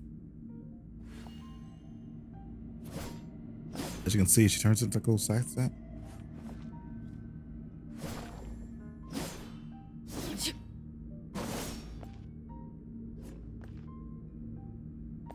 If I was you, I'd put money into the game. Stop it. Don't. Stop it. But I mean, don't get me wrong. That scythe looks fucking. That's it's doing things for me. All right, I love it. But like, I don't need it. Like, I don't need this. I don't need it. But I want it so bad. Like, we're allowed to make bad financial decisions. But here's the way I see it. All right, this game is not going to be a game in like, I want to say 3 years. It just isn't. Unless they find some way to continue the game, I don't think it's going to be a game. And if it is, it's probably not going to be a game I play.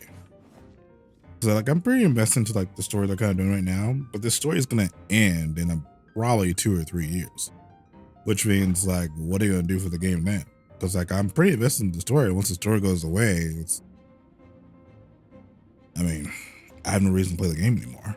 Kind of how I'm feeling about Fortnite as well, because they got rid of the guy who's in charge of like doing the story that's in Fortnite and in charge of like all the events and stuff like that. Well, I mean, they can get rid of him. He quit. But like, they have another guy doing it, but it's like, you know, there's not really a story. Like they've started to not do events anymore. You know, like those big events that everyone like used to like tune in for at the beginning of the season or at the end of the season, you know, they're not doing that shit anymore. And I don't know, like that was kind of like a big part of like what the story was, what kind of kept it going. And now they're kind of getting rid of that. It's just like, do I have a reason to play your game anymore? Because like that was the best part. For me, it was, you know, finding all the little stuff I was playing in the game. Like that was the best part. Once you get rid of that, it just becomes like, you know, Call of Duty. In which case, like if your game isn't like amazing, like, is there any reason for me to stick around anymore? I don't know. I probably won't be streaming Fortnite as much anymore. That is, if they decide to not completely stop events altogether, you know. That's like my favorite part of it. Wait, is Niva letting this dude? Hear me out. You going to work tomorrow and make more money anyway? See, that's the thing. I actually don't have a job. It's been a while, Monsieur Neuvillette. I must say, I wasn't expecting my meeting request to be approved quite so quickly. The Palais Mermonia operates with an efficiency worthy of admiration. Probably explain. So I was in the military and I got hurt and I received compensation for the hurt that happened. So I don't have a job. Mostly because if I did try to get a job, if it was anything physical for too long, I wouldn't be able to do it. So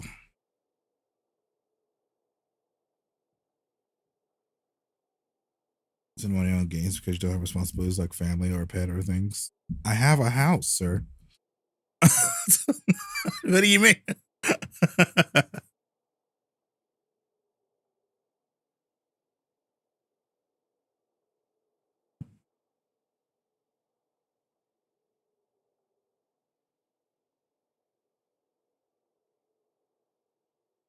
It is only right that an esteemed diplomat such as yourself should be afforded the proper level of respect.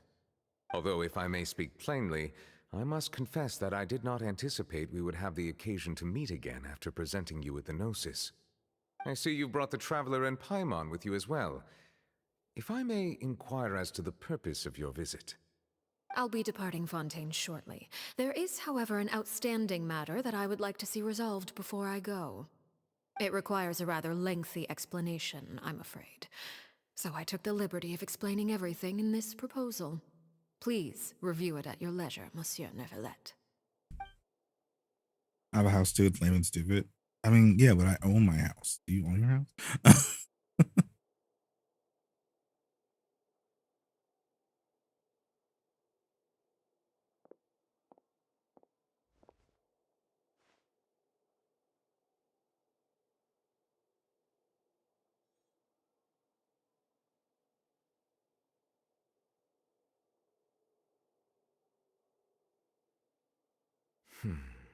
I understand your request.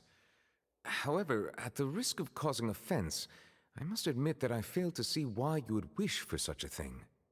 I heard you have a certain fondness for water tasting, Monsieur Neuvillette, so allow me to use water as an analogy. A family is like a large body of water with countless rivers flowing in and out. As someone who watches over this system, I would hope that each river that flows from the source will eventually reach the ocean. Of course, objectively speaking, I know this is impossible. Most of the rivers will dry up along the way, disappearing into the ground and leaving nothing but a barren riverbed behind. Not all rivers are destined to reach the ocean, but I would not see their existence rendered meaningless. I believe the water that flows within them is simply meant for a different destination, like a field in need of irrigation. Or perhaps the glass of a certain water-tasting enthusiast. Did you get any of that, Traveler? Absolutely not. Your words paint an optimistic picture indeed. Allow me to remind you, however, few among us are willing to sip from a glass filled with tainted water. It may have been tainted at one point in time, but not to worry.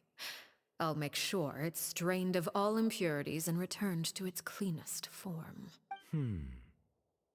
I seem to recall there being a transactional aspect to your proposal. Perhaps you could expound on that?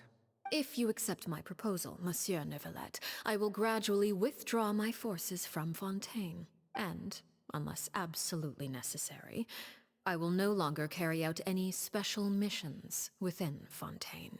I presume I can take your words to mean that, in the future, cases similar to the Tartuffe assassination will cease to cross my desk? Tartuffe?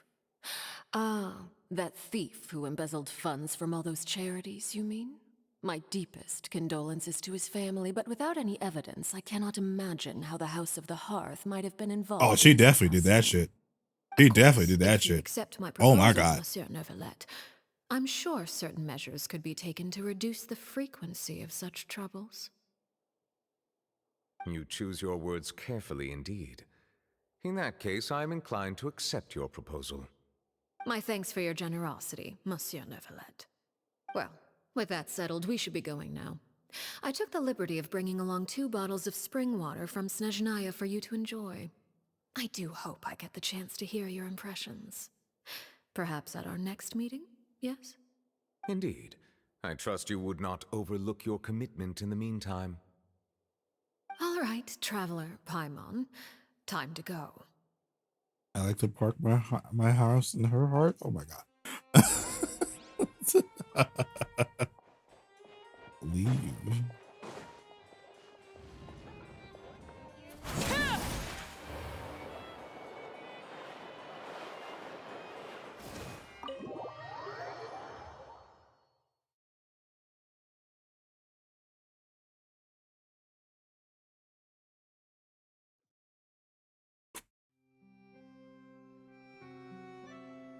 So, what exactly were you talking about back there? Paimon only heard you mention some rivers, a large body of water, and then some kind of irrigation scheme. You really want to know? I would imagine there might be more pressing concerns at the moment. Lenny, Paimon really hopes everything's going okay.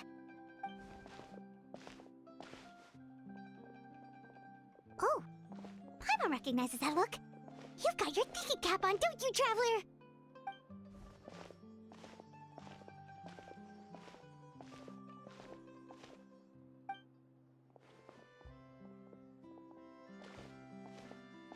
You gonna kill these kids?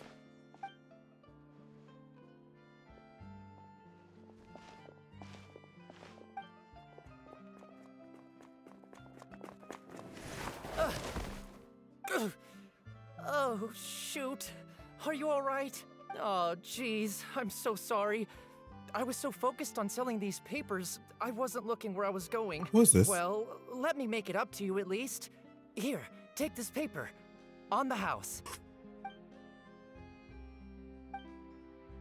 Wait, is he that guy? You don't have to give us anything. One of the guys that Please, yeah. I want to. It's not like I'm short on supply. All the Wait, you like extras will that be girl, but he had a useless come marker on his tomorrow face? anyway. It's my fault, really. I was just trying to bring home some extra mora for the family, but I bit off more than I can chew. I haven't had many takers today, so I'm still swimming in papers. What's going on here? Nothing much. I just ran into your friend here on accident. I should probably get going, actually, so... Hold on. Of course, I'm happy to compensate you with mora, it's just... I don't have any on me. I'll take 3 papers. Here, your payment. Oh! Thank you for your patronage. May the Archons bless you with good fortune. If only I had the chance to run into such generous customers every day. I should probably just take on a smaller inventory though, right?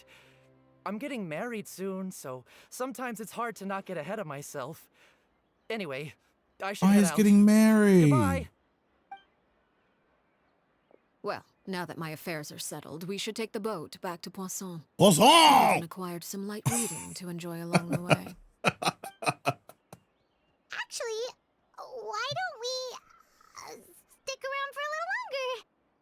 Paimon just realized how hungry she is. She can't head back to Poisson on an empty stomach. Poisson. It appears you two are under the impression that delaying our return will somehow alter the situation in your favor. I'm sorry to ruin your fantasy, but your efforts are meaningless. That being said, Who's the voice actor I of this could girl? be persuaded to give Linny some extra time. I just have one condition. If you agree to my request, I'll even answer some of your questions. You're quite curious about Claire V, are you not? And my relationship to her. No, not really. Wait, I know. why are you being so generous all of a sudden? You're not gonna ask us to do something bad, are you? You overestimate yourself. You don't have the talent for bad things. Oh my. What can you possibly... The most important consideration in a negotiation is that both sides receive something they want. Demands and threats only get you so far. Your condition. Let's hear it. Wonderful. Here it is. When the time comes, make the choice that you deem most appropriate in the situation, and lend your help to the House of the Hearth. Okay, sounds normal enough. But what do you mean, when the time comes? When is that supposed to be? That is for you to decide. We accept your condition. Then we have a deal.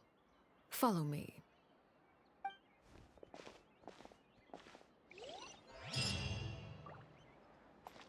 Where am I going now? Oh, that's far. Oh, all right.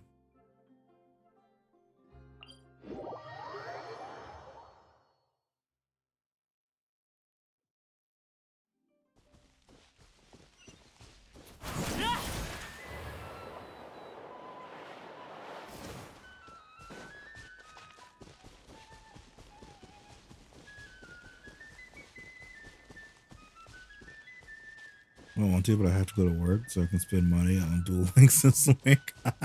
Oh, there was a meme I was actually going to create. I got to make that meme.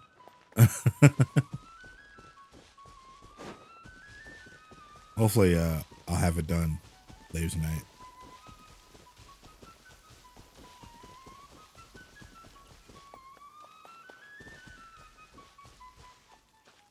I'll put it in Cypher's Discord. Wait, where are we now?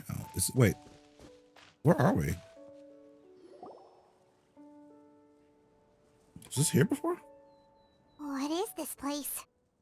Somewhere long forgotten by everyone. It used to be a grand building. Now it's nothing more than a pile of rubble. Wait, is this No what I one think it lives is? here anymore. Nor does anyone care about what once happened here. Although, this place does have something to do with the story I'm about to tell you. Oh. It was before I became a harbinger, and before Linny and the others joined the House of the Hearth. Due to certain events, I first killed Clairvy and then her mother. And this is where it all happened. You were the one that killed Clairvy? Patience now. Allow me to explain Clairvy's side of the story first. I'll start from the beginning. Clairvy was 6 years old when she was brought by her mother, Crucibina, to live in the House of the Hearth. From the outside, it seemed like a fairy tale. A thriving family made up of kind adults and friendly children. Crucibina was the knave at that time, and the House of the Hearth was under her control. She was Clairvy's mother by blood, but she was also the mother to all the children in the house. Clairvy was happy here, for a time. But she quickly realized that being part of this family wasn't a fairy tale at all. It was a kind of purgatory. Purgatory? Exactly. The House of the Hearth takes in war orphans from all over Teyvat. But as for how to raise them, that depends entirely on the person in charge. Crucibina came up with a novel idea. She would teach the children to fight, force them to duel each other, and then crown as the king of the house the child who proved themselves most worthy of inheriting her title. It's difficult to estimate the number of children who died or were maimed in the process. There's little I can say about the ones who died. The ones that emerged with permanent injuries, on the other hand, well, they still served a purpose. They would be handed over to the doctor to be experimented on, or sent away on dangerous missions. Nothing more than tools to be used and then discarded. So those were the experiments Clairvy was talking about. But what actually happened to her? You said that Clairvy was Crucibina's daughter, so if Clairvy tried to convince her to stop what she was doing, Crucibina probably would have listened, right? Despite being Clairvy's mother, Crucibina cared little for her daughter. She forced Clairvy to join the House of the Hearth only as a means to demonstrate her own impartiality as a mother, to prove that she treated all her children equally. Clairvy did try to convince her mother to change her ways, but it was to no avail. After her efforts failed, the only other option was to rise up and try to fight back. Unfortunately, the other children had already been thoroughly indoctrinated into the illusion of happiness Crucibina had created. Okay, I'm not gonna lie, but I watched the thing last week, but like this little story that she's talking about, there's like an animated thing, and oh my god, it looks so good. It's so good. I mean, the mother that they're talking about, she wasn't bad. She wasn't bad looking either. Of course, there was one exception. Someone Clairvy's age who knew the truth about the House of the Hearth. Her name was Peruere. Wait, the friend that Clairvy mentioned? Friend, huh? I suppose we can call her that for now. Clairvy was a cheerful and passionate person with a tenacious spirit. Peruere, on the other hand, was rather cold-blooded. Her cold-blooded nature allowed her to see through Crucibina's facade. Yet, it was also this cold-bloodedness that prevented her from acting against it. At least at first. While Clairvy longed for freedom, Peruere was convinced that, amid all the fighting and violence, she would make it until the end. Despite their differences, the two became fast friends, united by their knowledge of the truth. Clairvy told Peruere that she hoped to create a real family, where no one would be killed or sacrificed. There may have been a certain naivete to her ideas, but Clairvy proved her determination many times over. She tried countless times to run away, ask for help, or expose the truth. but her efforts only earned her beating after beating. The only thing that kept her going was her strength of will. Even with her body racked with pain, she would still stand on her tiptoes and open the window at night. She and Perouer would look out at the moon together, a fierce longing for freedom shining in her eyes. But one day that light simply vanished. Oh no. What happened? Her hopelessness resulted from a culmination of things. 10 years had passed. 10 years worth of failure after failure. She and Perouer weren't children anymore, but finding any chance to escape still seemed as hopeless as ever. It was during this time that Perouer suggested a new plan. If escaping was out of the question, why not take down the very person sitting on top of this throne of lies? Mother herself. Clairvy rejected that proposal. She claimed that, as a famous harbinger, Crucibina possessed an unimaginable amount of power. Trying to kill her would have an incredibly low chance of success. Clairvy never gave another reason, but Perouer could see it written all over her face. Clairvy still thought of Crucibina as her mother. Killing her own flesh and blood was a line she couldn't bring herself to cross. If she couldn't escape and fight back, then only one option remained. Precisely. Death was the only way that she felt she could be free. It happened during a duel. When she arrived at the dueling ring that day, her this is what partner they turned fought. out to be none other than Perouer. The very person that had stood by her side all those years. It was a fierce battle. But ultimately, Clairvy decided to let Perouer end her life. From that moment on, Perouer's journey was one written in flames. When the rain finally came and washed it all away, there she stood, the sole victor in Mother's endless game of slaughter. A trail of corpses strewn across her path to success. It was the very result she had predicted 10 years prior. Even then, she believed she would make it until the end. She wasn't surprised by the fact that she emerged as Mother's undisputed heir. Rather, her success left her with an inexplicable sense of restlessness. She was unsettled, and there was only one thing that could quell that sensation. Perhaps you two would like to take a guess as to what it was? And the person at the very top. Crucibina, you mean? But... Correct. This is the place where Perouer killed her best friend. A mere year later, this is also the place where she fought tooth and nail to kill the mother they shared. The moment she acted, any conception of what was right or wrong ceased to matter.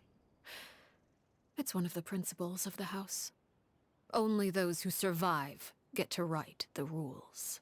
Perouer won the battle, and became a harbinger herself. After which Her Majesty, the Tsaritsa, bestowed upon her a new name. Arlecchino. So the Perry Clairvy was talking about... It was you all along. You're Perouer. What? I had no idea. Oh my god. This is all so surprising to me. I left that name behind long ago. I must say, hearing it now does bring back memories. After I defeated Crucibina, the moniker of Mother died with her. I chose to forego the title she called herself, and even chose to give up my own name. I rebuilt the House of the Hearth under a new identity. Not only as Arlecchino, but as father. And that is where the story ends. Any more questions? The Clairvy we met, though, who is she exactly? Yeah. Based on what you just told us, Clairvy wasn't a little kid when she was killed. So the Clairvy we met... Was she really a spirit at all? I suppose you could call her an illusion born of flame. Her existence is like ashes to a fire.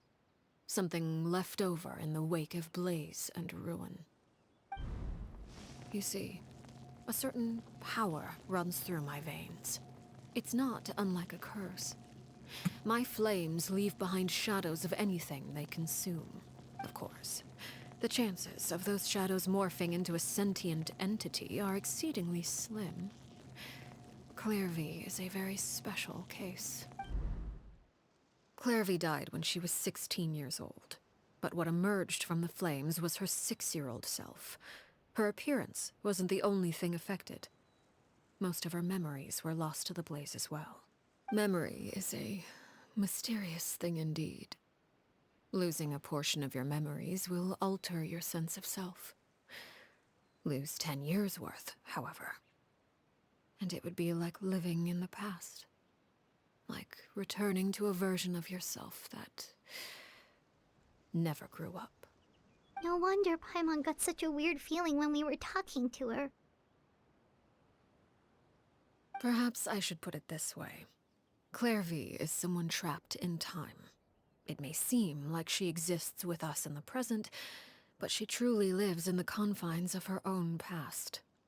So if all of that is true, then you must have known about Clairvy for a long time. Indeed. She's a rather volatile and unstable entity. Sometimes she would look after the children. She's even saved some of their lives. But other times, she would hide from me and become obsessed with revealing the truth about the house to anyone who will listen. Shadows don't have the capacity to learn or grow. Any new information they encounter is quickly forgotten over time. Your attempts to expose Clairvy to sunlight. They failed, yes? The reason is actually quite simple.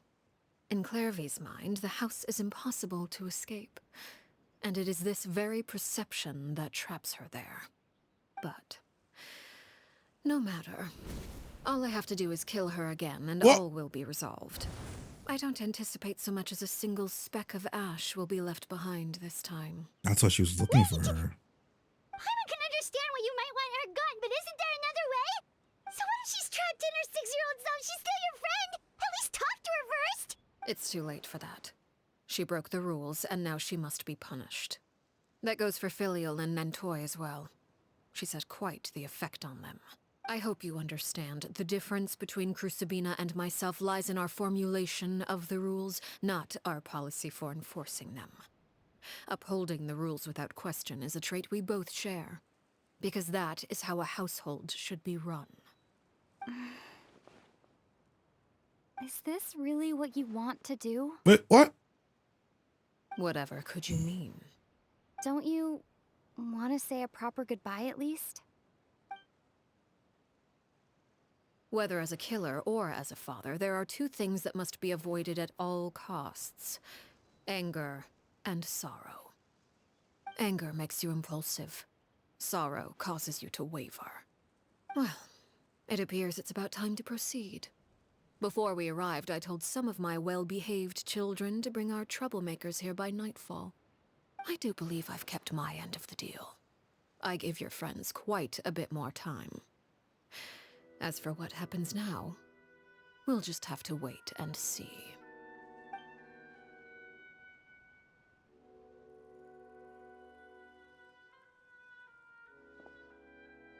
Here they are, Father. You gonna execute him? Seeing something like that would actually be a first for me. This kid's crazy. I'm sorry. I heard about how you helped buy us more time, but I still failed. I couldn't find a way to fulfill her wish. Huh? Are you... Perry? Indeed, it's been a while, Clairvy. Perry!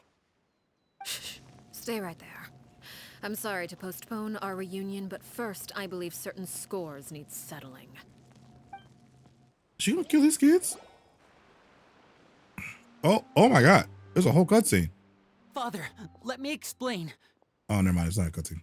Out of my way. Father! You chose to conceal a threat to the house. And for that, you must be punished. Overall, however, I suppose your wrongdoing is hardly the most egregious of the bunch, so I'll deal with your punishments later. As for right now, the more pressing concerns are the traitors among us. By traitors? Do you mean us? Father, let me explain. We didn't mean to... Fultz, why don't you share what you heard? Yes, Father. Secret Midnight Meeting number 3. Participants, Filial, Nantoy, Sato, Toddy. Nantoy clearly said, if only Father wasn't the one who took us in. Sato added, I'm sick of this life. I just want to live as a normal person. Filial was the worst of them all. She called us crazies and said a bunch of mean things about Father. I did not!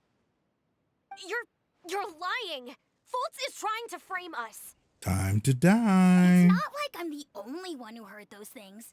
After that, you and Toddy and a bunch of other people started talking about Clairvy. You were using all those things Clairvy brought up as an excuse to question Father. We're birds locked in a cage. The only way out is to destroy it.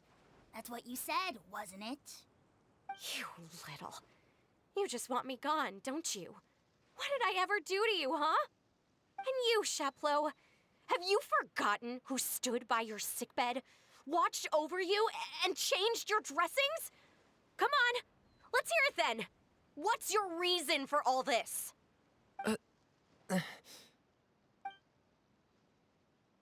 You're wrong, Filial. We don't want you to die. You're our family. Liar. You wouldn't be doing this if that were the case. So why? Why have you backed us into a corner? We all live in the House of the Hearth. You know the type of work we do, Filial. A single betrayal can cost dozens of us our lives. It's not like it's never happened before. That kind of thing is hard to forget.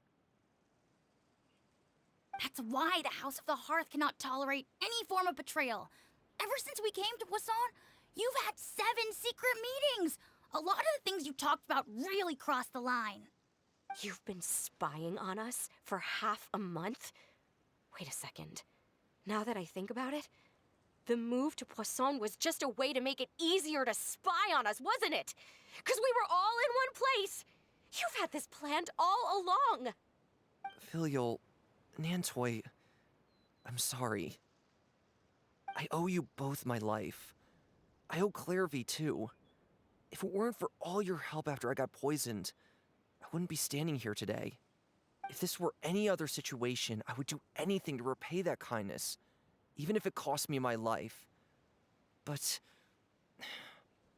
rules are rules. I'm sorry. My hands are tied. Why? Why? That's enough, Filial. We made a mistake, and we should own up to it. We broke the rules, plain and simple. And now we have to face the consequences. I'm sorry, Chapleau. Fultz. I'm sorry, Father. We accept our punishment. Chapleau, according to the rules of the House of the Hearth, how should these traitors be punished? All those who betray the house pay with their lives. And so it shall be.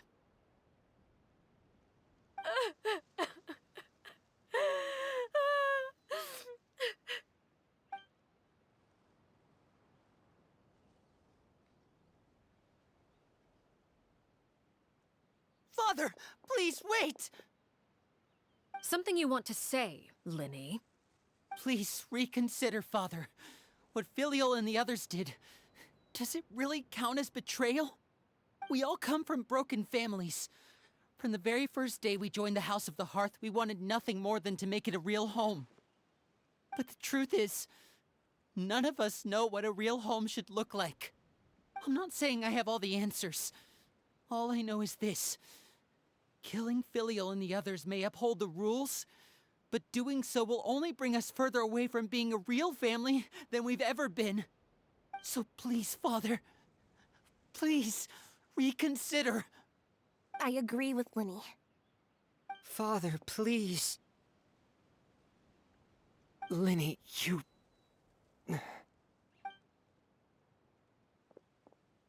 I also agree with Linny.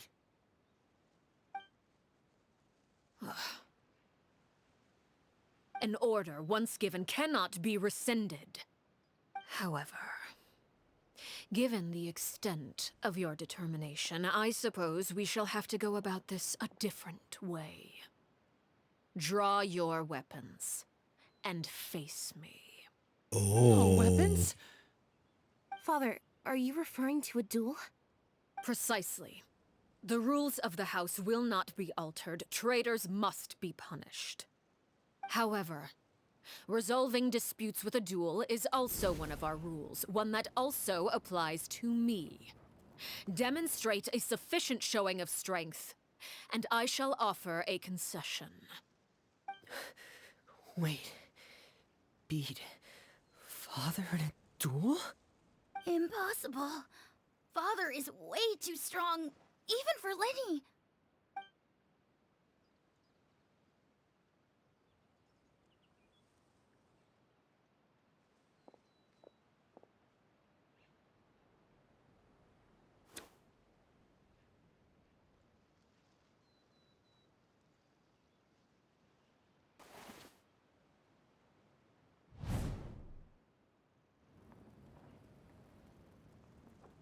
Did you hear that, Traveler? Lenny and the others have to duel the knave. What should we do? Can they really win something like that? If they lose, those people from the house are really gonna be executed. Hey, are you listening? Is executing them really what she wants? Don't you want to say a proper goodbye at least? Anger makes you impulsive. Sorrow causes you to waver.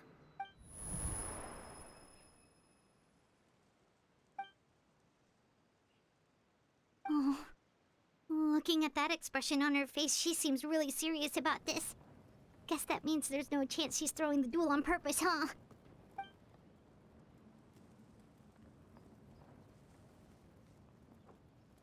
When guests are around, families are often on their best behavior. And any disputes are less likely to escalate. When the time comes, make the choice that you deem most appropriate in the situation, and lend your help to the House of the Hearth. What's wrong, Traveler? Hey, where are you going? Traveler? I'd like to see for myself what the fourth of the Fatui Harbingers can do.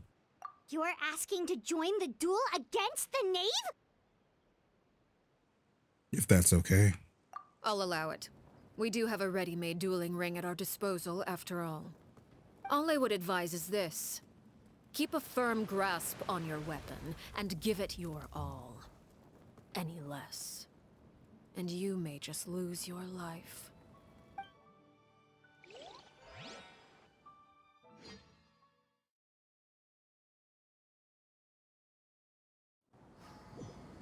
Is it time for the fight? Oh, wait, oh, hello. You're just walking towards me? Okay. Closer now. Whoa! Why the hesitation? Now's our chance! With these rising flames! Whoa! Hey! Spare your energy. Running is of little use. Hang in there.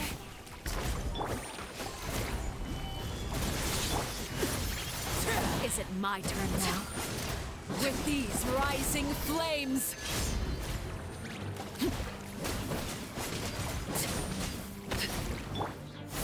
Gather!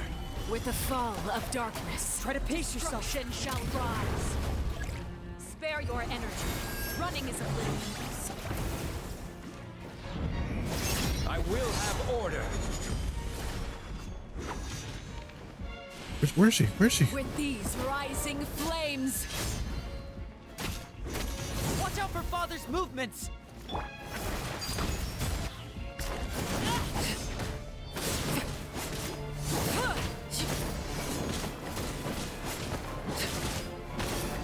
That's not taking damage. What's going on here?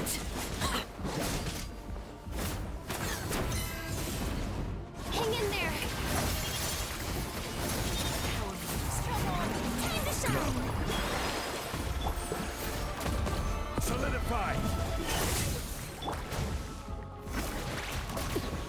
Laid bare. Is it my turn now? What's up, boy? Try to pace yourself. Oh god, oh god, okay. Running is a bridge. Witness my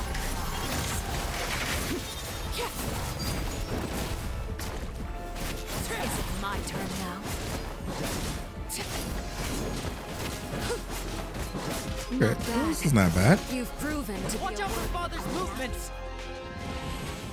with these rising flames. Order guide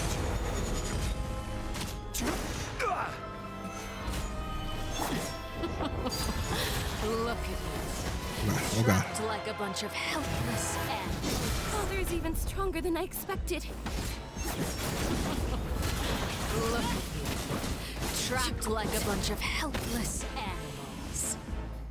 What are you doing now?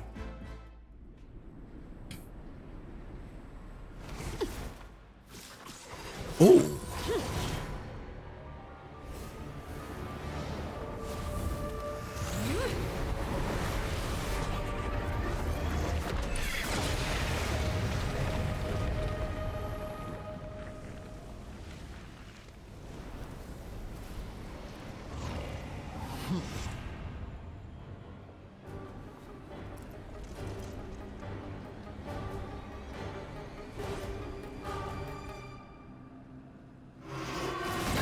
Kindness has been seared away. My blade is all that remains. Everyone hold hands. Overruled. This is where you fall.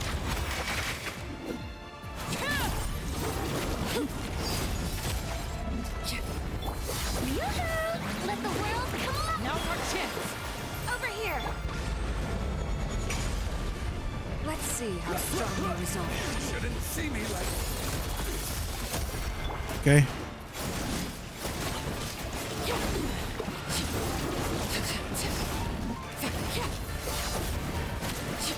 Watch out for Father's movements! Look out! What's happening now? Whoa! What the? Set. Only ruin remains. Oh god, oh god. Sinner, sinner, sinner! Oh! Who's next? Be my face. Now's our chance! Over here. Oh, jeez! Share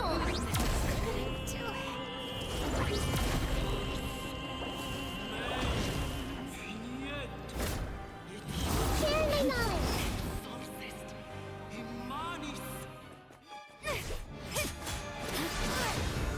Whoa.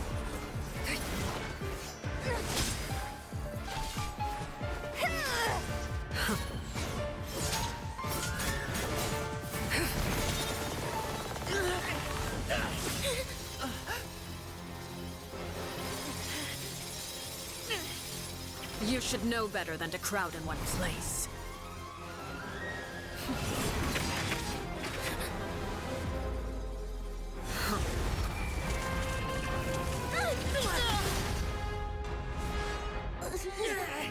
Oh, I know.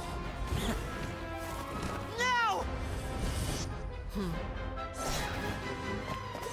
I'm sorry, Father! Did you get her?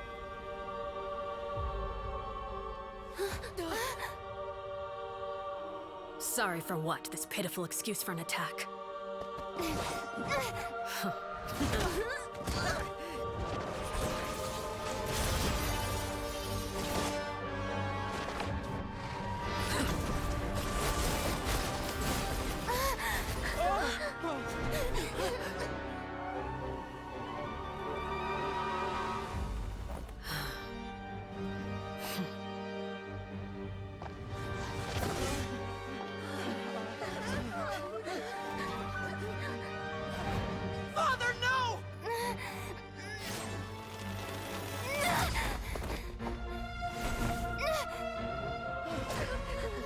made it out, did you? You're stronger than I expected.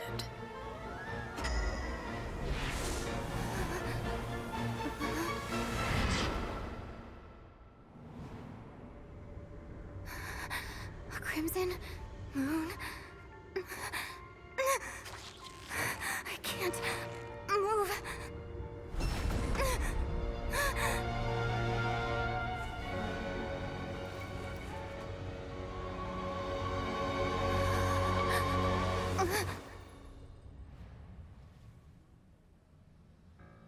Still, not strong enough to beat me.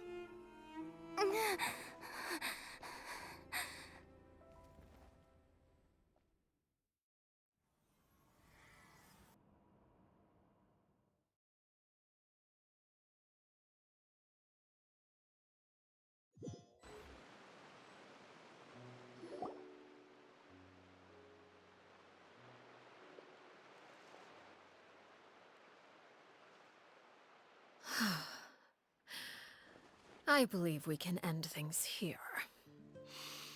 It's not often that we get to enjoy the company of guests, after all. We wouldn't want things to get too out of hand. Brother, are you all right? Lenny! Given that I am the victor of this duel, as agreed, the punishment stands. No! I never thought things would end like this. However, everyone involved in the duel demonstrated a remarkable level of strength and determination. In light of this, I'm prepared to change the method of execution. Elwar, the bottled flames I gave you for safekeeping. Do you still have them? Yes? I wasn't sure what they were for, but I've kept them super safe. I didn't lose a single one. Wonderful. Then, in just a moment, I'll have you administer them. Bottled flames? Indeed. They're the product of a secret experiment. Under certain special circumstances, flames can be extracted from my person and preserved. Once ingested, searing pain will spread across every inch of your body. No harm will come to you physically, but your memories will be burned away. That's why that guy didn't remember her. The pain. When you awake, you'll have forgotten everything you know about the House of the Hearth, and will be expelled from the organization. In other words, administering this concoction will kill the version of you that grew up in the house, and give you a new identity.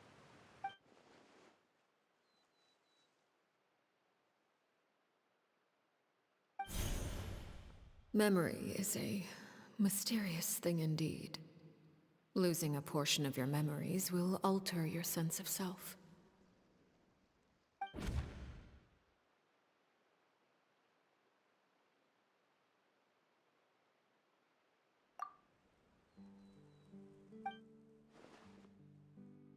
So, you're just letting us go, Father? You misunderstand. Memories are extremely important. Once consumed by flame, the version of you standing before me will die, and our secrets will die with you. So no, I don't intend to just let you go, because the person who survives will be nothing but a stranger. Even so, I won't have to live in fear anymore. I'm sorry, Father. I'm sorry I let you down. But I really... Don't cry, Filial.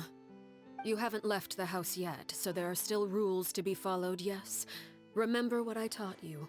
Anger makes you impulsive, sorrow causes you to waver. Don't let yourself be controlled by your emotions. Of course. I'll remember. Dry your tears, and go pursue the life you really want. Yes, Father. Chaplot, Foltz, Elwar, take them back to Poisson. And bring Lenny and the others as well. I prepared 3 extra vials of bottled flames. As for whether to take them, the choice is yours. Goodbye, children. The next time we meet, I will no longer be your father. Thank you for all you've done for the house. I hope you have bright futures ahead of you.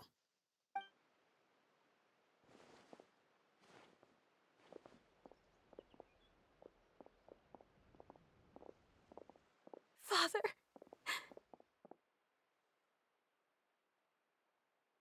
Let's go.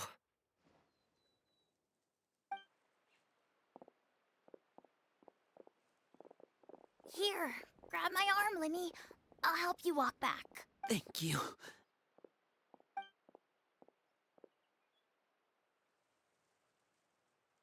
Clairvy.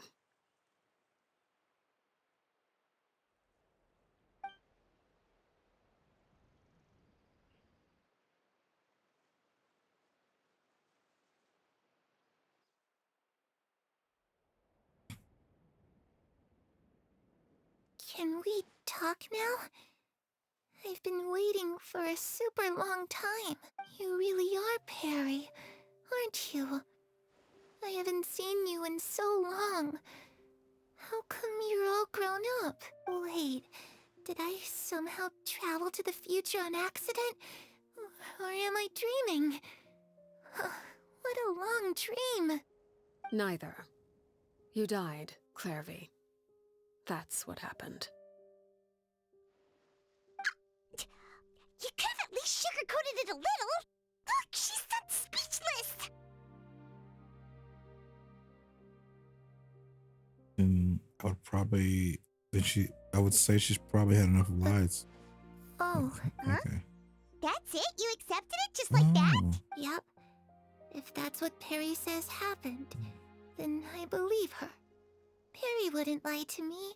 Plus, I don't really need to know why I'm like this. I'm more curious about what happens in the future. If you're a harbinger now, Perry, that means Mother is gone, isn't she? Can you tell me about it? I want to know what happened to her. And to me. You never stopped trying to defy fate. At first, no one believed you. You could only vent your frustrations to the moon. In fact, you often sought comfort in the night sky. You wanted to see the aurora, so one night we promised each other we would go to Snezhnaya to see it together. Later on, you tried to run away, but you were brought back each time. Mother spared your life, but it wasn't out of kindness. Instead, she decided to make an example of you by slowly torturing you over time. That way, the other children would know what happens to traitors. Still, you never gave up. Mother hoped that through ruthless duel after ruthless duel, she would be able to crown an ultimate victor among the children she raised. But you called on everyone to unite, to fight to a draw in order to reduce casualties. Your efforts may have only delayed the inevitable, but still. You gave them hope. You tried everything you could think of, but every attempt ended in failure. Still, you never turned your sword on Crucibina, and you never turned it on me. On that gloomy day, you told me, "For the last 16 years of my life, I've done everything I can to fight for freedom. But now, I realize that the only freedom I truly possess is the freedom to choose to die." I never imagined I would say something like that. I must have been feeling really worn down. But somehow, I still think I understand. According to Mother's plan, only one of us was going to make it until the end. And I always hoped that person would be you. If I could do it all over again, I still don't think I would make a different choice. Even when I first met you, I knew you'd be able to do what I couldn't. Is that so? Even now, I'm not sure I truly understand what kind of freedom you were trying to pursue. But as the head of the House of the Hearth, and as the children's father, I've tried to give them the most basic of freedoms. The freedom to choose their own fate. It's something I discussed with the Eudex of Fontaine. The children who want to leave the house will have their memories wiped clean of all secrets pertaining to the organization. In return, they will be allowed to live a normal life in Fontaine without being prosecuted for their past. Of course, I won't simply hand freedom to them on a silver platter. They have to fight for it and prove themselves worthy of it. Only freedom that is earned has true value. That's more than enough. That's exactly the kind of life I was fighting for. You know, Perry, I think you're a pretty amazing king, and a really great father, too. I'm really happy that you're the one who took over the house. I guess I do have one regret, though. I still haven't seen the outside world. Well, it just so happens that our dear guests over here have been to many nations and traveled to countless places. Perhaps they would be willing to tell you what the outside world is like. Really? Of course!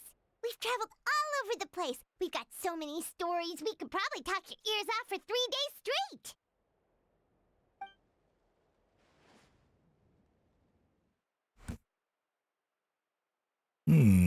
Okay. Yeah, hold on now. We got some questions here.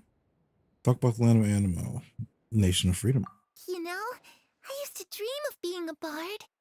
Playing the lute while singing into the winds of freedom. Even if there was no one there to listen, I would have continued to sing no matter what.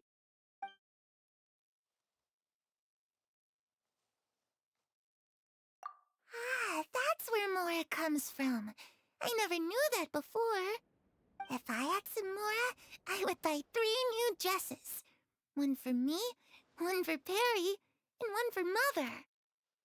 It's just too bad Perry doesn't like wearing dresses. And Mother, well, she probably wouldn't accept something like that either. I guess I'd just have to keep them all for me then. I could wear a different one every day.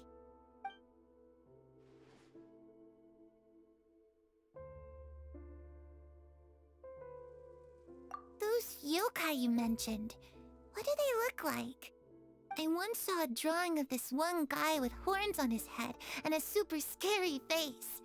Are there any yokai like that? Oh, sounds like you're talking about an Oni. Yep, we've met one, and let Paimon tell you, they're not nearly as scary as they look.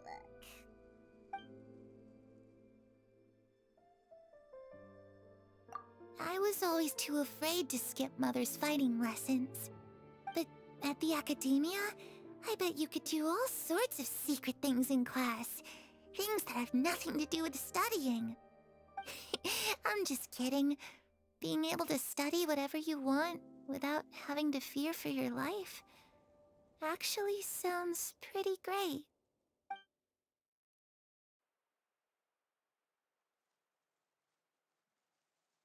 The situation was super dangerous. Lenny and Lynette were accused of committing a crime, and they were going to have to stand trial at the Opera Epicles. Oh no! That must have been hard for all of you. What happened next? Don't worry, we were able to turn the situation around super quickly, all thanks to Detective Paimon, of course. How'd you do that? Come on, tell me. Okay, so it was like this. After the failed magic show, we rushed to the scene and...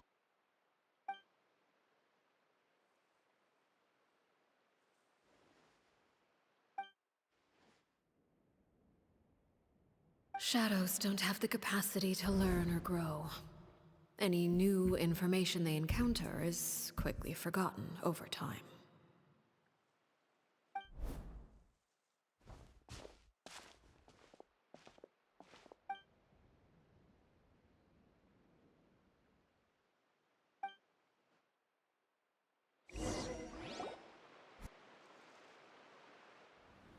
Was this it? Clairvy, you've worked tirelessly from the shadows to overthrow the House of the Hearth.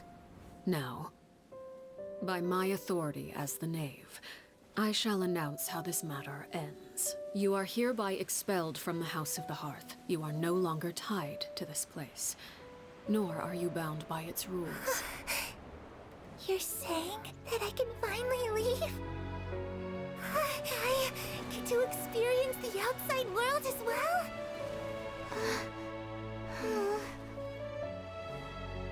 I almost forgot. There's no getting older for me. Still, seeing who you grew up to be makes me really happy, Parallare. Take care of yourself. Goodbye. May we meet again someday.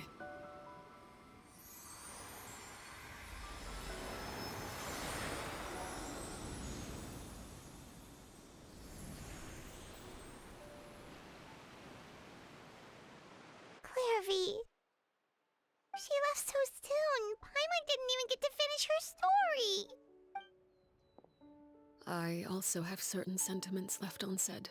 I wanted to tell her that the aurora I saw in Snezhnaya was just as beautiful as the ones in the pictures. But a shadow's memories reset at dawn. Had we delayed any longer, we wouldn't have had the time to say goodbye. Whatever regrets may linger, let them be lost to the coming of a new day. Father? It's Lyney! Hey, Lyney!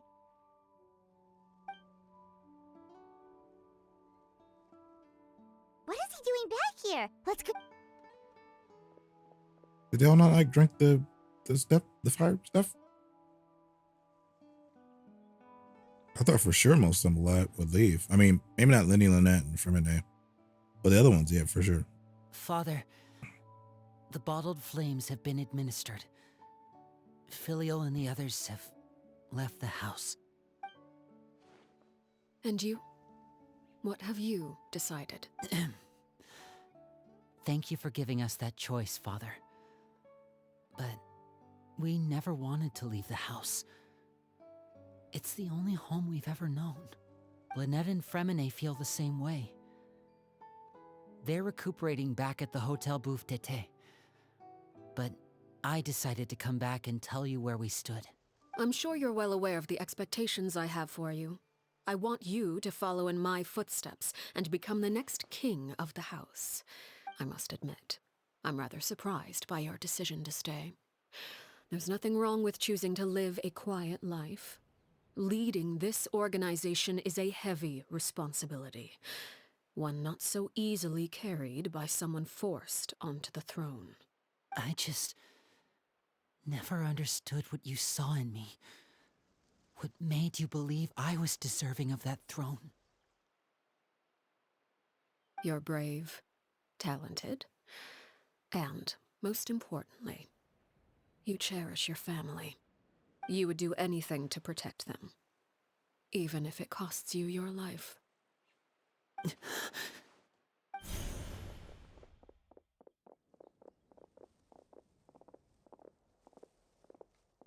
Speaking up back there was so brave of you, Lyney.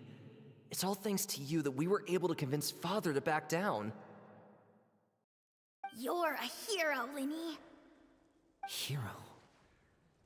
Father is the real hero. Had Father gone all out during the duel, there's no way I would have walked away with my life.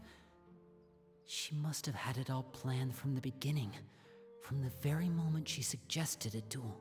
I'm not deserving of that title. I'm not strong enough or smart enough. You're wrong. In my opinion, all you need to be deserving of the throne is conviction and the necessary strength to act on it. We may have different ideas of what it means to be a family, but you can hardly be said to lack conviction. What you truly lack is strength. For someone of your talent, though, that's something that will come with time. Even without that strength, you still chose to face me in a duel, even though the odds were stacked against you. That capacity to honor your convictions is what I truly see in you. Father. No one knows what the future holds, what tragedy or triumph may be in store. Being at the head of this organization requires the strength of will to face whatever comes. Caution will only hold you back. If reaching a certain standard were required to go after what you want, I would never have succeeded in killing my predecessor. Back then, there was still a considerable gap between our abilities. Strength may decide the ultimate victor, but those who let a lack of strength dictate their decisions or undermine their convictions will never be worthy of the throne. I understand, Father. Thank you. Children must grow up to surpass their parents. Only then can a family continue to flourish. The road ahead is not an easy one, so I'll ask you one last time. Are you certain you want to stay? You've done so much for me, Father, and that kindness must be repaid. Plus, with Project Stuja at hand, there are many dangers ahead, and I, for one, don't intend to back down. Protecting my family at all costs. That's my conviction. Then you're welcome to stay. Did his nose move As around? for Project Stuja, you need not be too concerned. If those cowardly Oh, it's 'cause businessmen and heartless it's a shadow. dignitaries Okay. try to take us down, I'm prepared to teach them a lesson. Having members who longed for the light was our organization's last weakness. With those members no longer among our ranks, the House of the Hearth is like a spider hiding in the shadows. We need only wait for our prey to come to us. At present, our imperative is to use their plan to our advantage. In doing so, a crimson moon shall rise amid the frigid blizzards of winter. No demonstration of loyalty shall go unrewarded, and no sacrifice shall be in vain. As for the two of you, whether we meet again as friend or foe, I'll remember the camaraderie we shared in this moment. No matter how arduous the journey ahead, I hope we both reach our desired destination.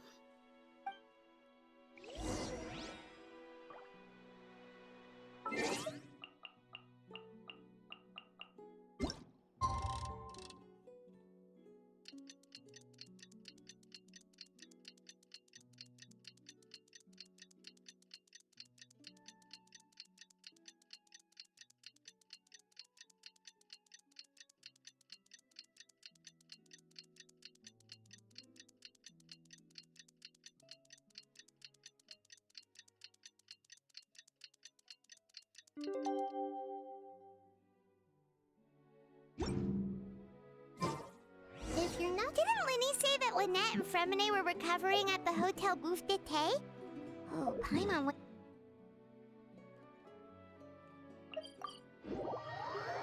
Need to heal. Everyone died.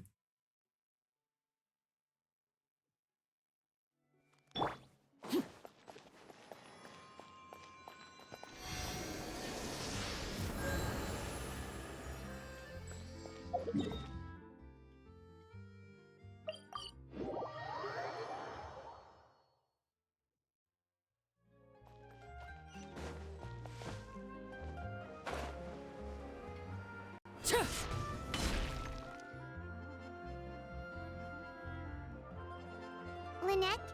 Fremine? How are you feeling? Much better. Whew, what a relief!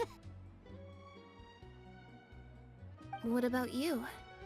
Are you feeling alright? I knew you'd come out unscathed. Us, on the other hand... Oh, and I wanted to ask. Linny and the other members have left Poisson and returned to the House of the Hearth. According to him, there haven't been any more sightings of a spirit roaming the house. I see. I'm glad. Father came to check up on us 2 days ago and told us about what happened. Wait, what? You've... Crucibina died a year after Clairvy. It was during the year between their deaths. Crucibina had an extremely cruel and radical way. When I joined, though, the experiment she valued so much had already come to an end. A couple of months after I joined, Father killed Crucibina and burned all her files. Father took in Lenny and me a couple months after that, but...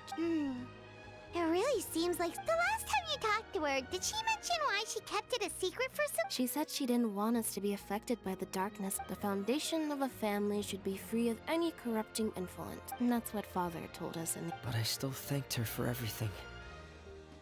It was only after hearing about what Crucibina did that I finally realized how insignificant our lives could have been if Father hadn't taken over the House of the Hearth. I probably... Father rarely brings up the fact that she saved us. She doesn't believe that being indebted, but even if we didn't owe her anything, we would still choose to stay. Because this is our home. We may have arguments or times when we feel wronged. Some people may even choose to leave. But as long as Father is here, we will always have a home. Whether the path before us, so I wanted to... Oh, we didn't do anything. Of course. Our filial... I actually saw them at... They didn't recognize me. They seemed...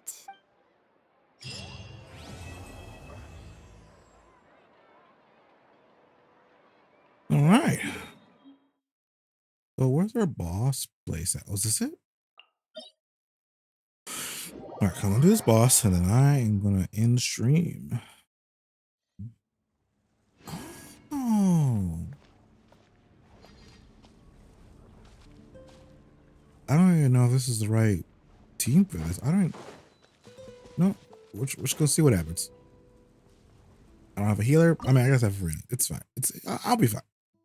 What is this? Whoa.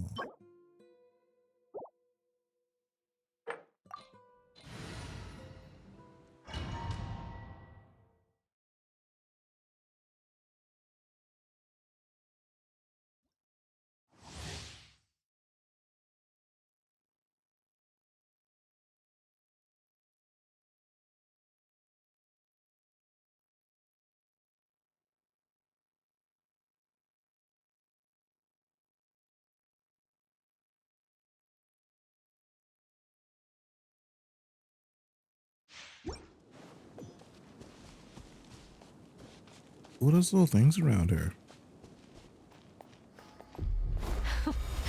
Afraid? Or do you not even have the courage to be afraid? Solidify! How amusing. With these rising flames! Stabilize!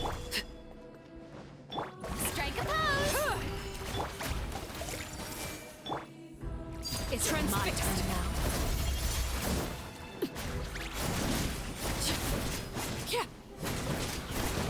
I am just doing no damage, huh? Now that's more like it.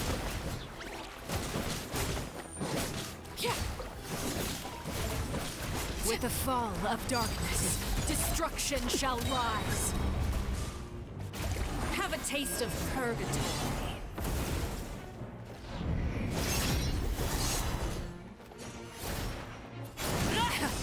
Witness my rise.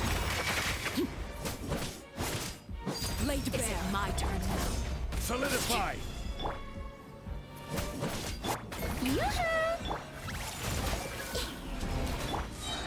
Time to shine!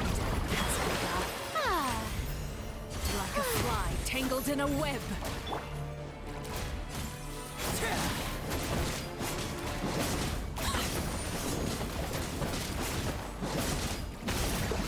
Not bad. You've proven to be a worthy opponent after all. Stabilize! Running is a... Hey!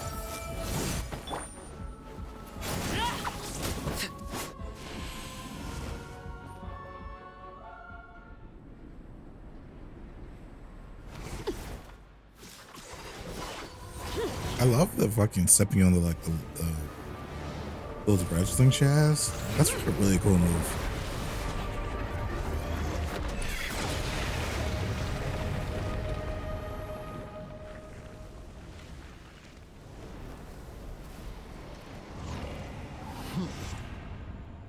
I wish we could wear this outfit though.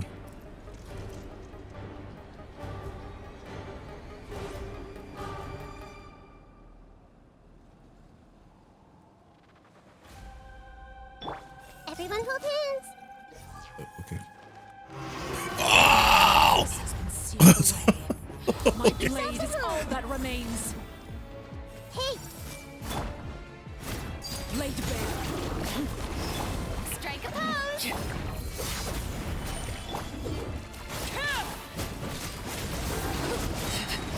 This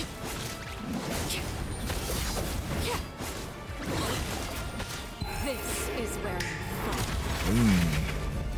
Transfixed. Let my name echo Your in punishment song. made manifest. Okay.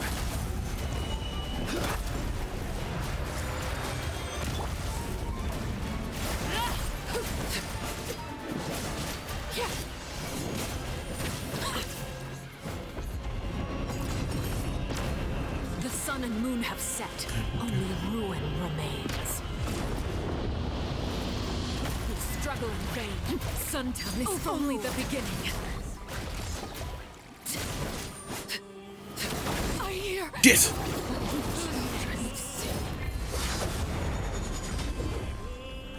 Solidify.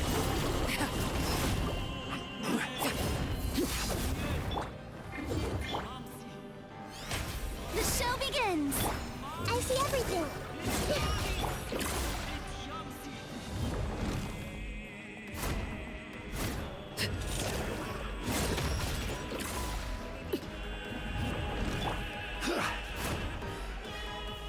Gather. Transfixed. This shall not be my fate. I mean, I died, but it's worth it. What are these things, though? Just 3 of them.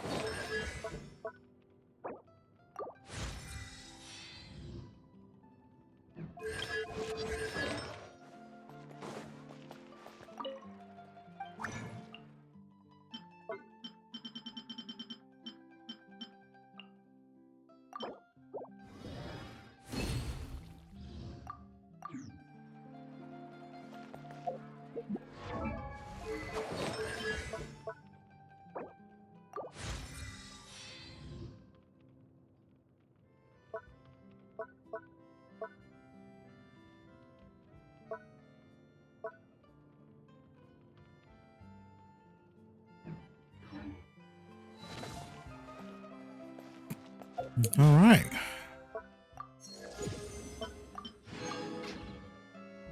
So I am going to get out of here for now.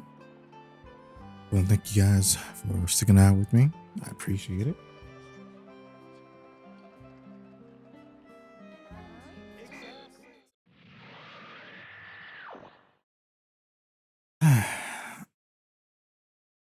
Well, thank you guys for watching. And, see you guys later.